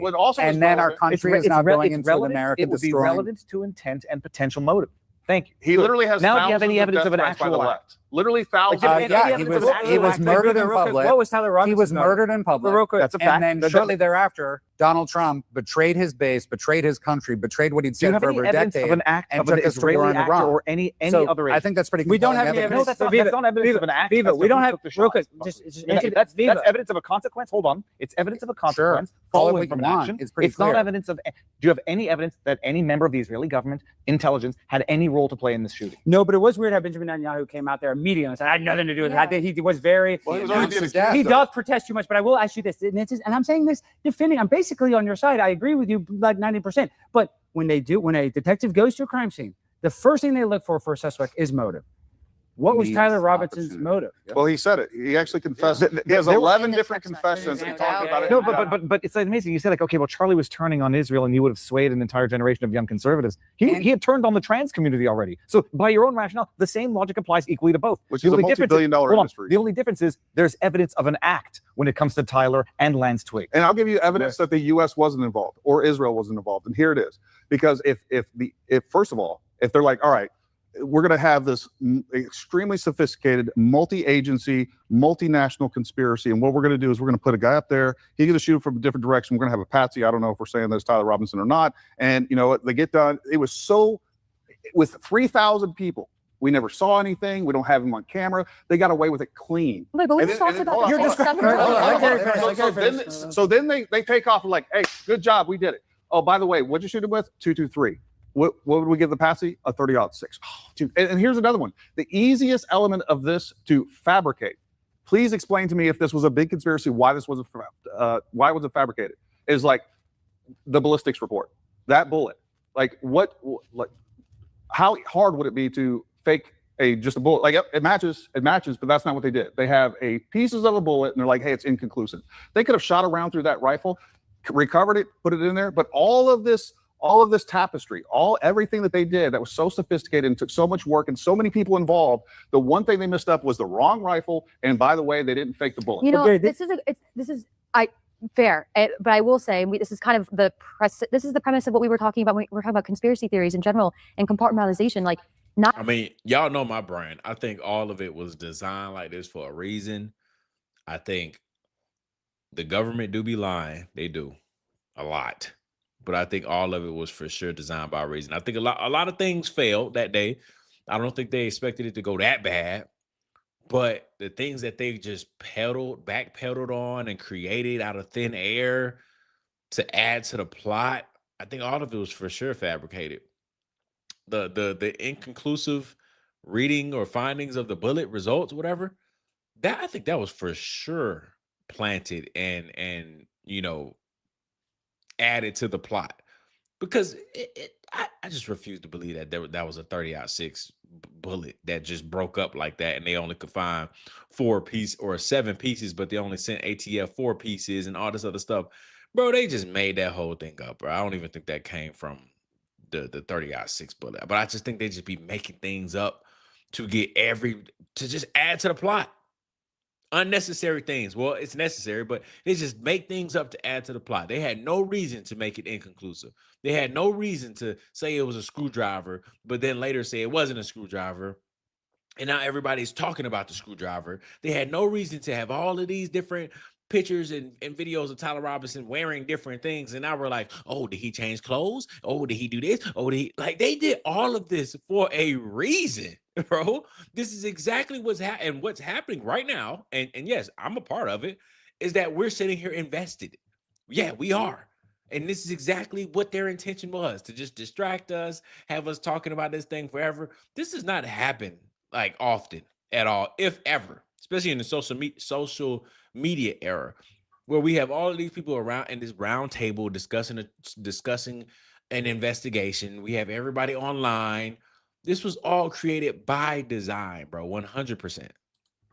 Not everyone knows what piece they are in the puzzle. If this was a bad faith actor or bad faith actors, they don't get the full sight picture. They're just a piece. So they may think that they're complicit in one thing, but really they were part of another piece to what happened to Charlie.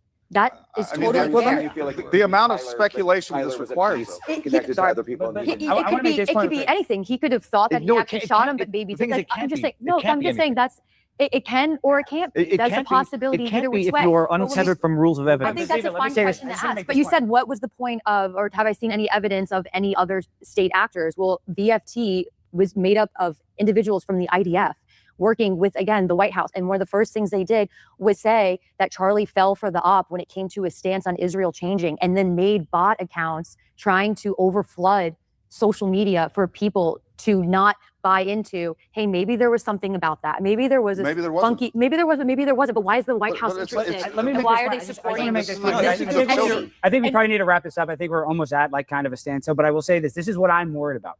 And I understand people are like, oh, Candace is going to taint the jury.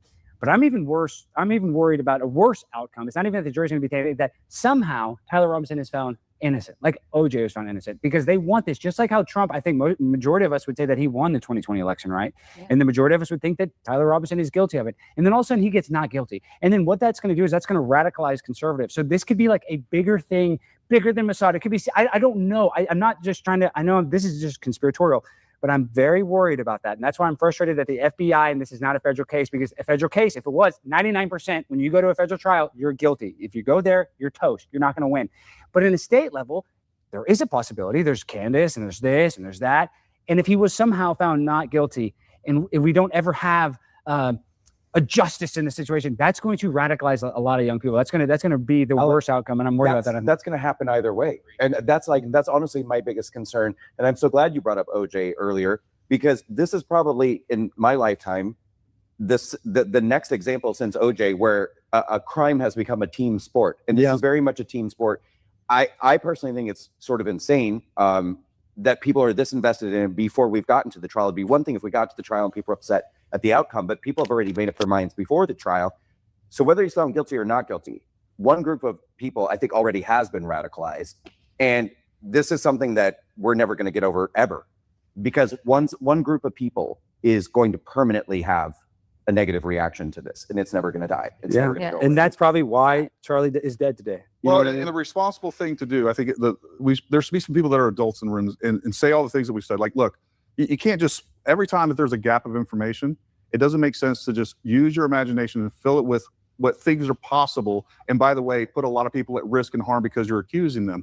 And so it's like, hey, we should wait for the information to come out. That's the responsible thing to do. And then also, if you are going to conduct a crowdsourced investigation, well, there's some basic steps that you would take to do that. If you were being rational and you were acting in good faith, I don't know, you go there. You actually go there, you interview people. We've never seen interviews of multiple people on Candace's show. It's not about Hold on. Candace. Yeah. This is not about Candace. Look, wait, does Candace have more Hold on. influence? Talk to him, Buck. Talk to him, Buck. Man, Gary is obsessed with that woman. Obsessed. I have never in my life seen a grown man create so many X spaces talking about Candace Owens. It's crazy. It's embarrassing, Mr. Tactical Man. You got better things to worry about.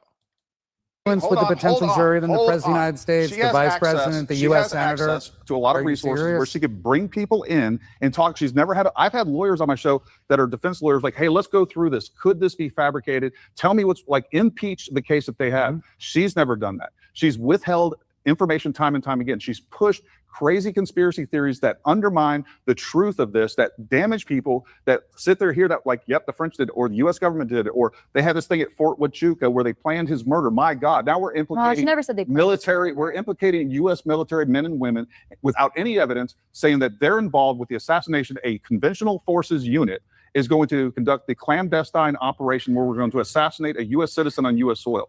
This is now the reality that I people don't live think in. she said all that. Well, I'm she not here did- to she did defend say- Candace. she implied Yeah, all and that, I don't but- think it's She never said all that, Gary. She never said all of that. fair for us to go full send on her when she doesn't even, she's not sitting here. Yeah. We've addressed her Well, no, I multiple think times. about that is fair, Candace but anyway. I think just generally speaking, there's a responsible way to do this. Gary, how about this though? Isn't it weird that Donald Trump picked up the phone when Candace is getting sued by Brigitte Marcon, but Sure. Candace has never come on our podcast and said, well, Donald Trump's called me and told me to shut up Yeah, about I Tyler Kirk." don't think Donald Trump should have done that. I'm saying I think Donald Trump should be getting involved. I don't think Donald Trump would be president without Charlie Kirk. So I guess my frustration is just that Candace can be her own type of thing. She can be on an island, but I think they could be using her as a pawn to divide us, because that's agree really with at the end of the that. day. I think I'm saying that's a absolutely conspiracy. sure. They want to Absolutely. spite each other like this, right? But And then but it here's the ruins a problem. movement. Here's the problem. Candace Owens comes out with all this crazy stuff. I completely agree about Egyptian planes and whatever else. And now, if you have any questions about the official story, Yes. Yeah, quickly that's people the like problem. Gary get to say, "Oh, so now it's an exploding microphone," and you bring up all this stuff, and it's like, No, that's it- a fact. Which I is know, but- redolent of JFK. What are we? 53 minutes? Harrison, you just not about to say something, big dog? I mean, I know that Gary been talking way too much, but Harrison been mighty quiet for the person that texted or that tweeted out a month before that Charlie was gonna get eliminated if he turned his back. He heard through the grapevines, right? He heard from a source or whatever.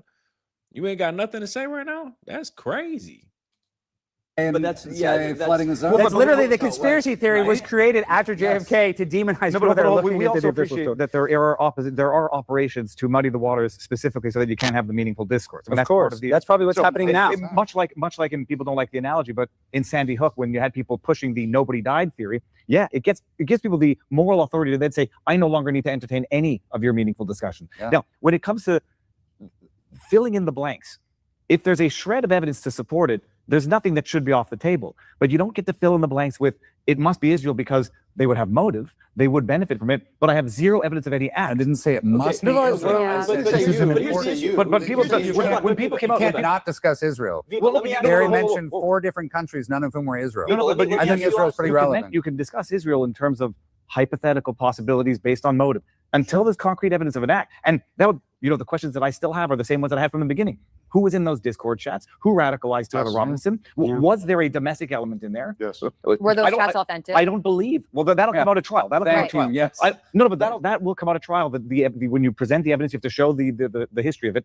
But I don't believe the FBI when they say, yeah, we've investigated everybody in the Discord chats and there was nothing bizarre going on there. And George Zinn just happens to be there, happens to take credit for the shooting. That let was the real so shooter get bizarre. away. Just happens to have trout porn porn on his phone. Ha- So he can't but you understand what has happened now as a result of the tangents of baseless accusations.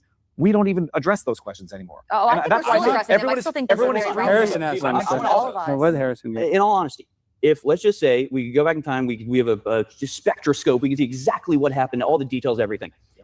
If Israel was directly involved, not with an exploding microphone, but it's just whoever shot the shot was an Israeli agent, he hopped on a plane 5 minutes later out of Orem and just shot off, never to be seen again. What evidence do you think the American government would provide to the American people about that? What evidence would they provide? I mean, the argument's going to be they probably would not provide any. They would But cover that's that. what I'm asking. I'm saying like, But so that, but and I appreciate what you're saying. It's like, Yeah. well, I could anticipate that they would go out of their way to conceal that because it might lead to an annihilation of a country. Okay. or because But by the way, there's They more work evidence, hand in hand, evidence of that having happened during the Las Vegas shooting than there is during Trump. That's a perfect example. The Las Vegas is what was the motive there. That was a whole Well, weird but thing there- that happened but there- during Trump. there That's you another- have, but it's just another aspect of the failure of our leadership in our country to gain any trust with the American people. Okay. Just- Nobody trusts them. So the Nobody- FBI comes out and says, we've investigated the Discord chats. Who believes them? No one's Right. going to raise their hand here. But And it's that's the also, means that if Israel was involved, we would never know about it. So therefore, an absence of evidence is not really a no, but evidence of look, absence if because Israel was involved, because it's assumed that even if it was Israel, we we would would know. never hear about Well, it. So nobody, if nobody Israel- it was Israel's side is expecting there to be any evidence because it would be the understanding that the American government would be. Well, complicit. you would have to believe that in spite of a lot of other evidence. It's one thing to believe faith is believing something without evidence.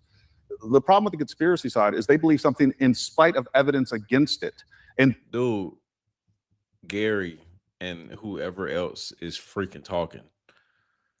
Harrison literally has proof that some source said if Charlie turns on Izzy, he's going to get eliminated. Now, why Harrison won't come out and say who? Probably scared, I guess. But y'all can't sit here and tell Harrison that there's no evidence. When he literally put out a tweet a month before Charlie died, saying Charlie is gonna get eliminated if he turns against Izzy. He's been told.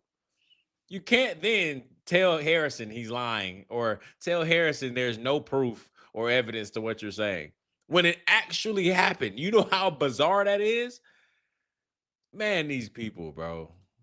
there is evidence against that because we do have evidence of Tyler Robinson. We're going to see his cell phone. We're going to see where he was. We're going to see that Lance Twiggs was sending messages back where he was while all this stuff was going on. We're going to He see has clear an video alibi. of him taking the shot. What's that? We're going to see clear video of We him don't taking need the any shot. video. But let's, Well, like, but there's guys, no say this: way. the government is sophisticated enough. If this was Mossad and CIA, they would work hand in don't hand. need video So I'm saying and can't Israel and do America. So they're so sophisticated that they would get the bullet wrong. Yes, I said I'm what I just said saying they're earlier so is that sophisticated, they- compartmentalize, not But you can't I'm have- not saying you that. can't I'm have saying every that individual we know that controlling it's every- possible that they could do that. I'm just saying it's a possibility. And the slightest shred of evidence are three very different things. If you want to find the Israeli connection, where you're probably going to find more of a foreign nexus is whoever was in those Discord chats, whoever was LARPing as a whatever. But we don't get to go there now because unfortunately the discussion, the entire thing Viva, is if you turned believe into that there's a somebody in the Discord chat radicalizing him, then I think that you could also believe that there would be another person to make sure that, let's say he was radicalized, but that the that they actually took out Charlie, right? So Yeah, if you, but- so if you believe that there could be an except- FBI radicalizing except him or one is Mossad based- radicalizing him, one is you based- could believe that Mossad would take the shot as well, right?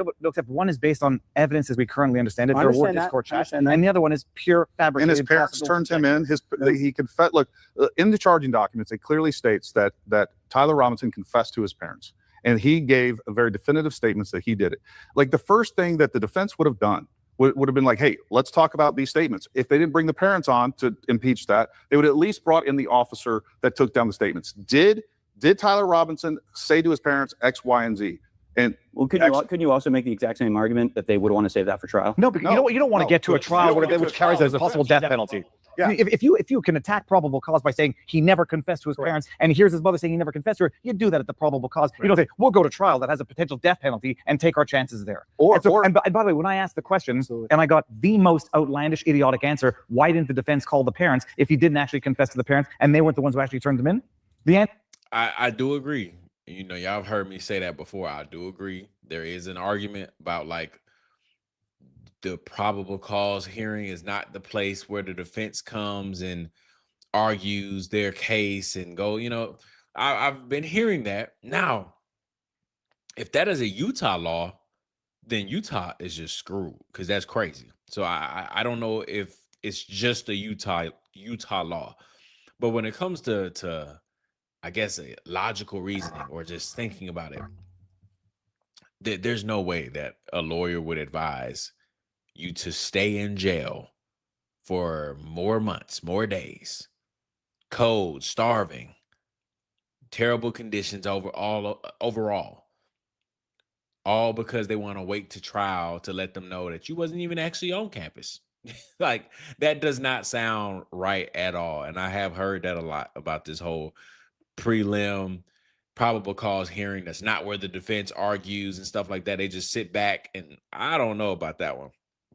I think if you have exculpatory evidence that proves that you weren't on campus or that the things that they're accusing you of in the prelim, you have evidence that it's the complete opposite and that never happened, I think it would happen then for the defense. They would defend him so that way he doesn't spend another night in jail. But for some reason, they didn't do that. So it makes you wonder. But at the same time, like I've said plenty of times, Tyler Robinson is where he wants to be. I think he doesn't want to get out. You know what I mean? I think that would expose a lot more things. And he probably is more safe or safer. He's probably safer in jail. So it's probably why he doesn't talk. We've never heard him speak at all. But I don't know. I've always said that. I said it's weird. If he actually wasn't on campus, I think you'd bring it up. You wouldn't say, "Oh, stay in jail for another year and wait until the trial to say, hey, I was never there, never told my parents anything." I get it. The defense can hold different bullets and stuff like that, but like the damning evidence that goes right against what they're charging you with, nah, I think he would come out and say something. answer I got was because I suspect that the parents might have been asked if he confessed to committing other crimes, and the answer would have been yes. I mean, that's idiotic. Yeah. It's idiotic. Who gave you that answer? One of the analysts who's out there spreading disinformation that requires me to come on and say, legally, that makes no sense. And so then, well, Viva's grifting off this too. Hell no. I would have been covering this like any other legal proceeding just to make sure people understood the difference between a preliminary hearing and a trial and not having to debunk the risk. They just started. Somebody learned that word during this Charlie Kirk investigation. Now they just overuse it for absolutely everything. Like this whole grifting thing. Bro, I have a social media account. I talk about whatever I want to talk about on there. I can't control what happens after that. Like, that's just what it is. And so call it what you want, but it's my social media. I can talk about whatever I want to talk about. You don't pay me. So the whole grifting thing is just so annoying because it's like, bro, if people are passionate about it and they're talking about it on their social media account, there's nothing wrong with that. But when you go live on like a dead man's account, like Charlie Kirk, because he has all of the followers and all of this and all of that, and that's where you're gonna maximize your money because you're taking advantage of this dead man's account.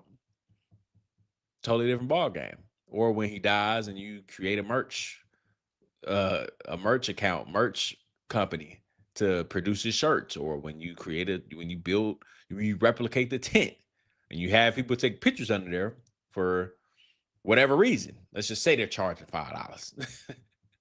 That is when you get into the grifting category. But people on their own page talking about whatever they're passionate about, that's not grifting. Seat from Panguitch, which we're still waiting for that tangent to be disproven or for them to apologize for the disinformation. But the reality is anything's possible. And until you have the slightest shred of evidence to substantiate it, you are operating in pure hypothetical conjecture. Well, and it's good, do it. But don't What do you pretend you're think just about asking Joe questions. Penn saying on record several times that he was prevented from exploring? Well, because all- the NT, Can I finish the question? yes, go Yeah.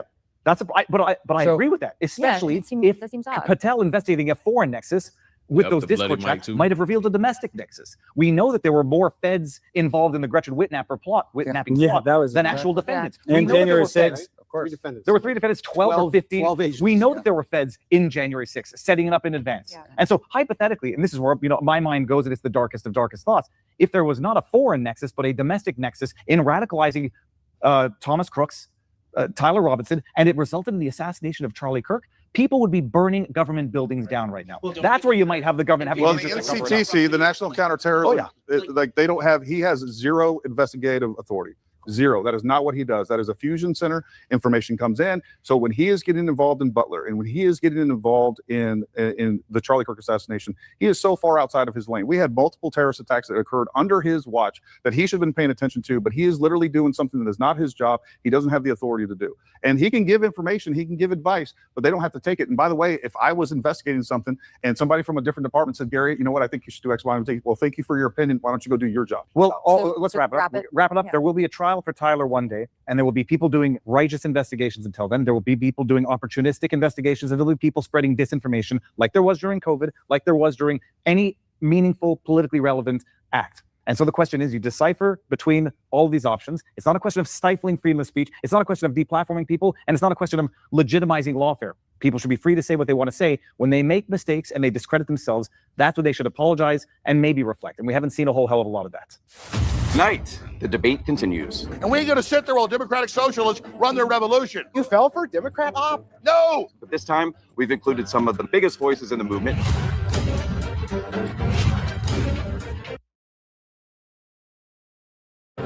How did a once unified coalition with a stated goal of making America great again come to a place where some of the most powerful voices in the movement are now leaving? Don't have a good way of establishing regime change. Your entire position requires on telepathy. That's ridiculous. Who has caused the MAGA divide? And you've got people on the right saying, we're no longer supporting the guy that got us here. They were never really there to begin with. It should have been for America first. Raise your hand if you've ever been paid to post content that would benefit a foreign nation. Trump has said his entire political career, no nuclear weapon for Iran. This war is going to devastate our economy, and Israel's sitting back laughing about it. What the hell are you talking about? And if Will is going to say that, well, this isn't as bad as Vietnam yet, that's not the way we should be analyzing a conflict the United States is in. In the intelligence community, we assess two things: intent and capability. This is the exact mistake Israel made in the run-up to October 7th. Are flock cameras a serious threat to American citizens' right to privacy? It was a non-issue until they started using it to round up illegals. You especially, Will, don't have to be concerned, right? Because you're a raging Zionist. I have to be concerned. People are pissed because Trump went. What the hell do you want to do about it? I want him to stop what he's doing and wake the fuck up. Wow, what a wonderful plan. I want him to stop. He's been the best president we've had on immigration in a century. He's the only president to ever meaningfully. Yo, Andrew Wilson, I hope I don't get copyrighted for this part because he does have this loud music playing. Andrew Wilson is a professional rage baiter. He said, what do you want Trump to do? Elder Joe said, I want him to stop. He said, whoa, what a wonderful plan. You want him to stop. Bro, he's a professional rage baiter, bro. I swear. That is hilarious. Combat anti-white discrimination. Those are huge, monumental wins that on their own would have been the defining moments of other presidents' tenure. It's either he responds to ego or he was wrong. Should we vote Republican? If there's a candidate that I don't think is honoring the vision that I want for the country, no. Why hasn't Trump called and apologized to him? These were his supporters. Until they weren't. You guys have been talking mad shit about this guy. What do you mean? But Alex, you called for him to be 25th. You did it twice. The overall goal is to figure out exactly what we're going to do after President Trump. This idea that you're going to create something that is more authentically America first than what Trump has been able to deliver is just false. So you had to spend political capital, which is all the more reason why it shouldn't have been spent on Iran. We were with a bombastic president who's like a used car salesman sometimes. Well, sorry. Hold on. These car salesmen don't control the goddamn nuclear weapon. How many times have you predicted World War III now? We're in World War III. It is not World War III. We're not the ones that have been doing World War III alarmism forever. Says that Michael McCoy? No, that's not Michael McCoy. That'd be no. But I do know, there's Andrew Wilson, Alex Jones, Joe Kent. The others I'm not really familiar with. I'm sure somebody is though. What are y'all talking about?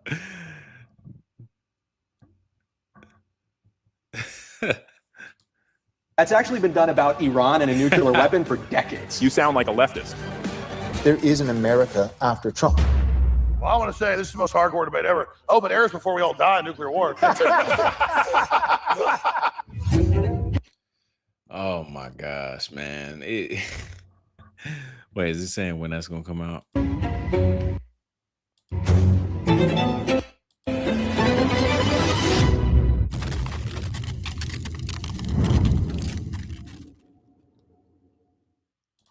No, it didn't say when that was gonna come out. I mean, I might watch it. I don't know. I think that wrapping up the Charlie Kirk investigation, though, it kind of came to a random end. They was getting into it, but that's the part about like the time limits and some of the things that you talk about. Like if there's a moderator, if he was a moderator, the guy that was sitting in the chair or whatever his name was, I don't think he did a good job because they hit on the same thing for a very long time. Like they wasn't progressing in the conversation. That was one of them like, okay, we just gonna agree to disagree. That you think Izzy might be involved, you think Izzy's not. Let's move forward. You know what I mean? Because they talked about some things for a very, very long time because that was a random place to stop. But Buckley definitely stood on business. He definitely stood on business for the people and pressed all them people up there. Paramount Tactical is still Paramount Tactical. I mean, he didn't surprise us whatsoever. He did exactly what we expected him to do. Harrison clearly chickened out. Harrison just got stage fright and he had nothing to say all of a sudden when he's a very key, important individual in this Charlie Kirk investigation, simply because who told you that if he turned on Izzy, he was going to be eliminated? Sure, maybe you won't reveal who the name is, but you being silent for 50 minutes when you had prior knowledge? Weird. What was the guy's name? Viva or whatever? I mean, I can't really take anybody serious that's saying that there could be something larger going on, but yet when people try to come to when they introduce different ideas and theories, you shut them down because you don't like them. I don't take anybody serious like that. Like, oh, so you like Erica, so you think it's impossible for her to do a crime, as if nobody else that's been a widow or a wife has ever done a crime before. So people like that I just can't respect because like so what's your theory then? You think something's off, but you haven't proposed any theory, any idea whatsoever, and he's gonna be like, I don't know. I mean, I just know something's off. I don't know. Well, you keep your opinion over there, okay? Because something is off, and we're trying to figure out what's going on. If you're just gonna sit around and wait for the government to tell the truth, you do that over there. Don't project. Don't try to tell people they're wrong for coming up with things when you just admitted that it doesn't make any sense. Well, guess what? This theory of mine that I just presented makes a little bit more sense than the official narrative. You can't tell me I'm wrong just because you don't like it. So I can't really take him serious at all. And it was somebody else there too that was next to Viva. I think that's what y'all said his name is.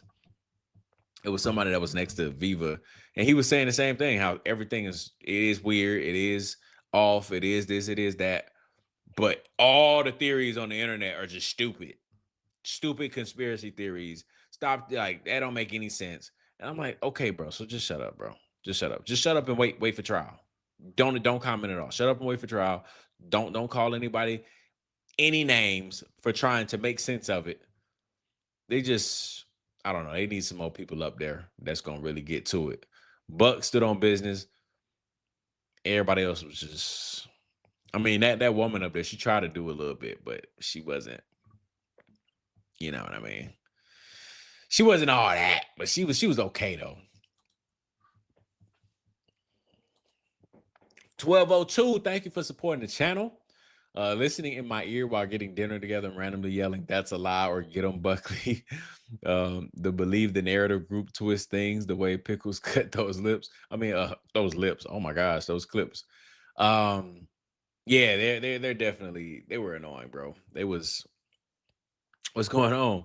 They was rage baiting, or not even rage baiting. I was getting triggered because they were just saying some dumb stuff. Like, they would hear things and just say, "Oh, that doesn't matter," or like just blatantly lie. Like, that, no, that's not what Jack Posobiec did. That is what he did, though. That is what he did. He literally described the rooftop video as something that he saw in 4K. Don't sit here in my face and tell me that's not what happened. Okay, you can just say, "I don't know," you're unfamiliar with it, but don't tell me when I'm sitting here telling you what happened. Don't tell me I'm wrong when you have no idea. But yeah, I agree, man. Thank you for supporting the channel. Rhonda, thank you for supporting the channel. Thanks for sharing. Thank y'all for listening, because that was interesting. I did appreciate it, and I did like it overall.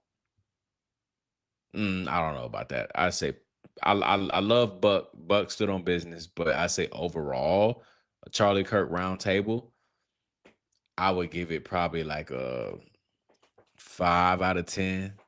What y'all think? What's y'all rate out of 10? What's y'all rate for that roundtable? I'm at about 5 or a 6.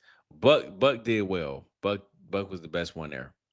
But overall, I say about like a 5 or a 6 out of 10. I'm probably being generous, to be honest.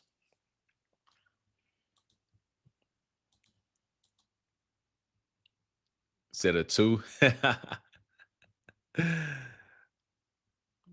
Andrew Wilson admitted they all lied about the 4K. Yeah, I remember seeing that. That lawyer that debated DD got his degree from Toys R Us. Yeah, I got to go watch it. I'm going to probably watch it as soon as I get off here. 5 out of 10. 7 out of 10. It's fair.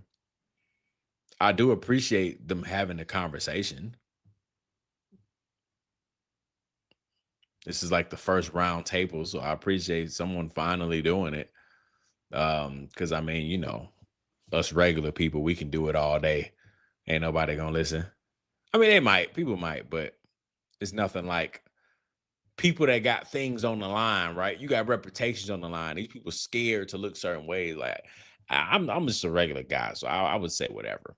But it holds a different weight when you got people up there that have a status and they're afraid to say certain things. That's when it's like, it's more at stake.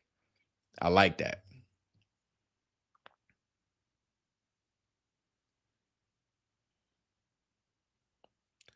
DD, the chat was disgusting. DD didn't stream it, so I went to the source. Very ugly chat.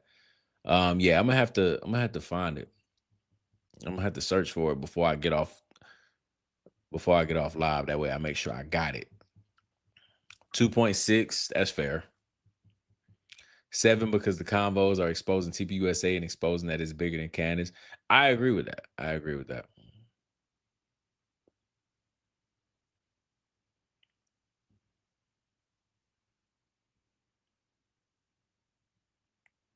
If TPUSA is a nonprofit, how did the Kirks become so rich? That's the loopholes. That's the loopholes of nonprofits. And so I've never said Charlie was a saint, but those are the loopholes. Same as Candace. Candace came up off of nonprofits. got a lot of bread for doing it, and then had a nice, great start at life. And then married into a billionaire family, and now she's really good. But yeah, definitely some interesting individuals that get out there and take advantage of loopholes.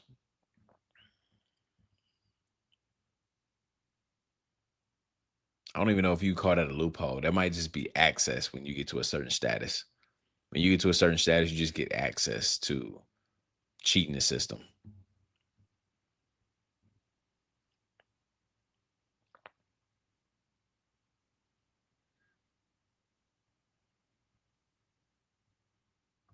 Yeah. I don't know. That was interesting. For sure. Oh, let me look for this DD debate before we get off of here. While I'm looking, please, everybody, I appreciate y'all for joining. 230, 34. We about 260, 270 folks listening. I appreciate y'all for listening to another Yappisode 60. Please hit the like button if you haven't already. It definitely helps the channel. It helps the page. I know it's annoying to say. It's probably annoying to hear. I get it, but you have to, because sometimes you do forget. You forget to throw it out there, because YouTube and all of these platforms are very, very annoying, because when people don't like your video, they literally take that as nobody likes your video. It's the dumbest video ever. It's just terrible. So we're not going to push it because nobody liked it, which in theory, like, sure, I guess that makes sense. But some people genuinely just click the video and just forget to hit the like button. So please hit the like button, get that thing up. Hopefully we got like at least over 100. It's 230, 250 something people listening. Let's please get it over 100. That would for sure help. Let me see what it's at right now.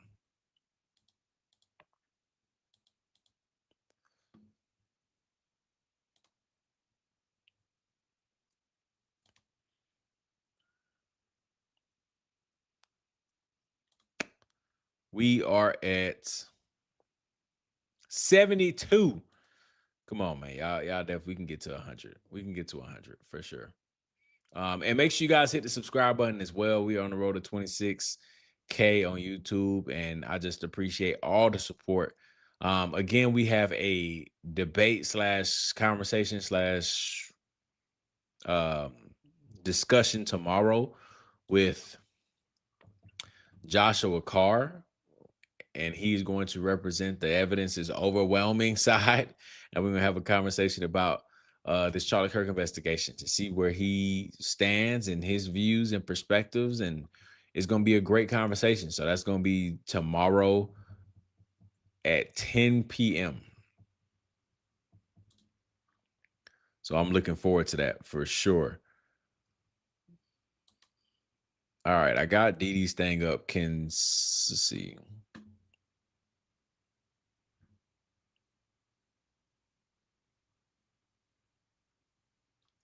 Modern day debate.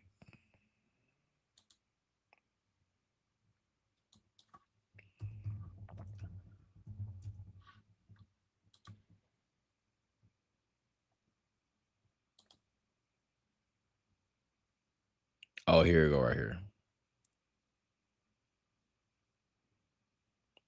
Okay, I found it. I appreciate y'all. I'm definitely going to check it out.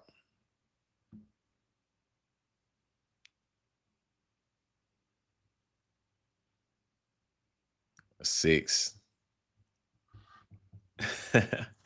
Yeah, it was a rough one. But man, I appreciate y'all for listening again. Thank y'all for supporting. As always, you follow on many different platforms if you want to support many different ways. You have obviously on here, you have 2 accounts on TikTok. You can see the names below. You have X, you can see the tag. Facebook, brand new over there. Buy Me a Coffee, Jay the Yapper 1. And also Spotify. Again, I want to show that one more time because I just launched that today. And so I will be hopefully putting up tonight's replay over on Spotify as well, if they let me. I'm getting used to all of that. I'm brand new to Spotify. But please go give the Spotify page a follow. We'll be dropping Yappisodes over there as well, growing that. And yeah, I just greatly appreciate it. Let me know if y'all don't see it, because I know it took about an hour or two for me to see it on Spotify to like pull it up. But here it is right here.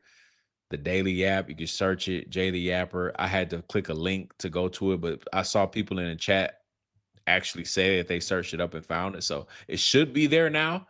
But yeah, please give me a 5-star rating, whatever the things over there that you got to do, please do it. I don't know. I'm getting used to it. But outside of that, I appreciate y'all for listening. I hope y'all have a great Wednesday night. Please, again, turn your notifications on for the live tomorrow with Joshua Carr on this Charlie Kirk investigation. He pretty much represents the TPUSA side. So we'll see how that conversation goes. I hope y'all have a great day. Love y'all, and I will see y'all on the next one. I'll see y'all tomorrow.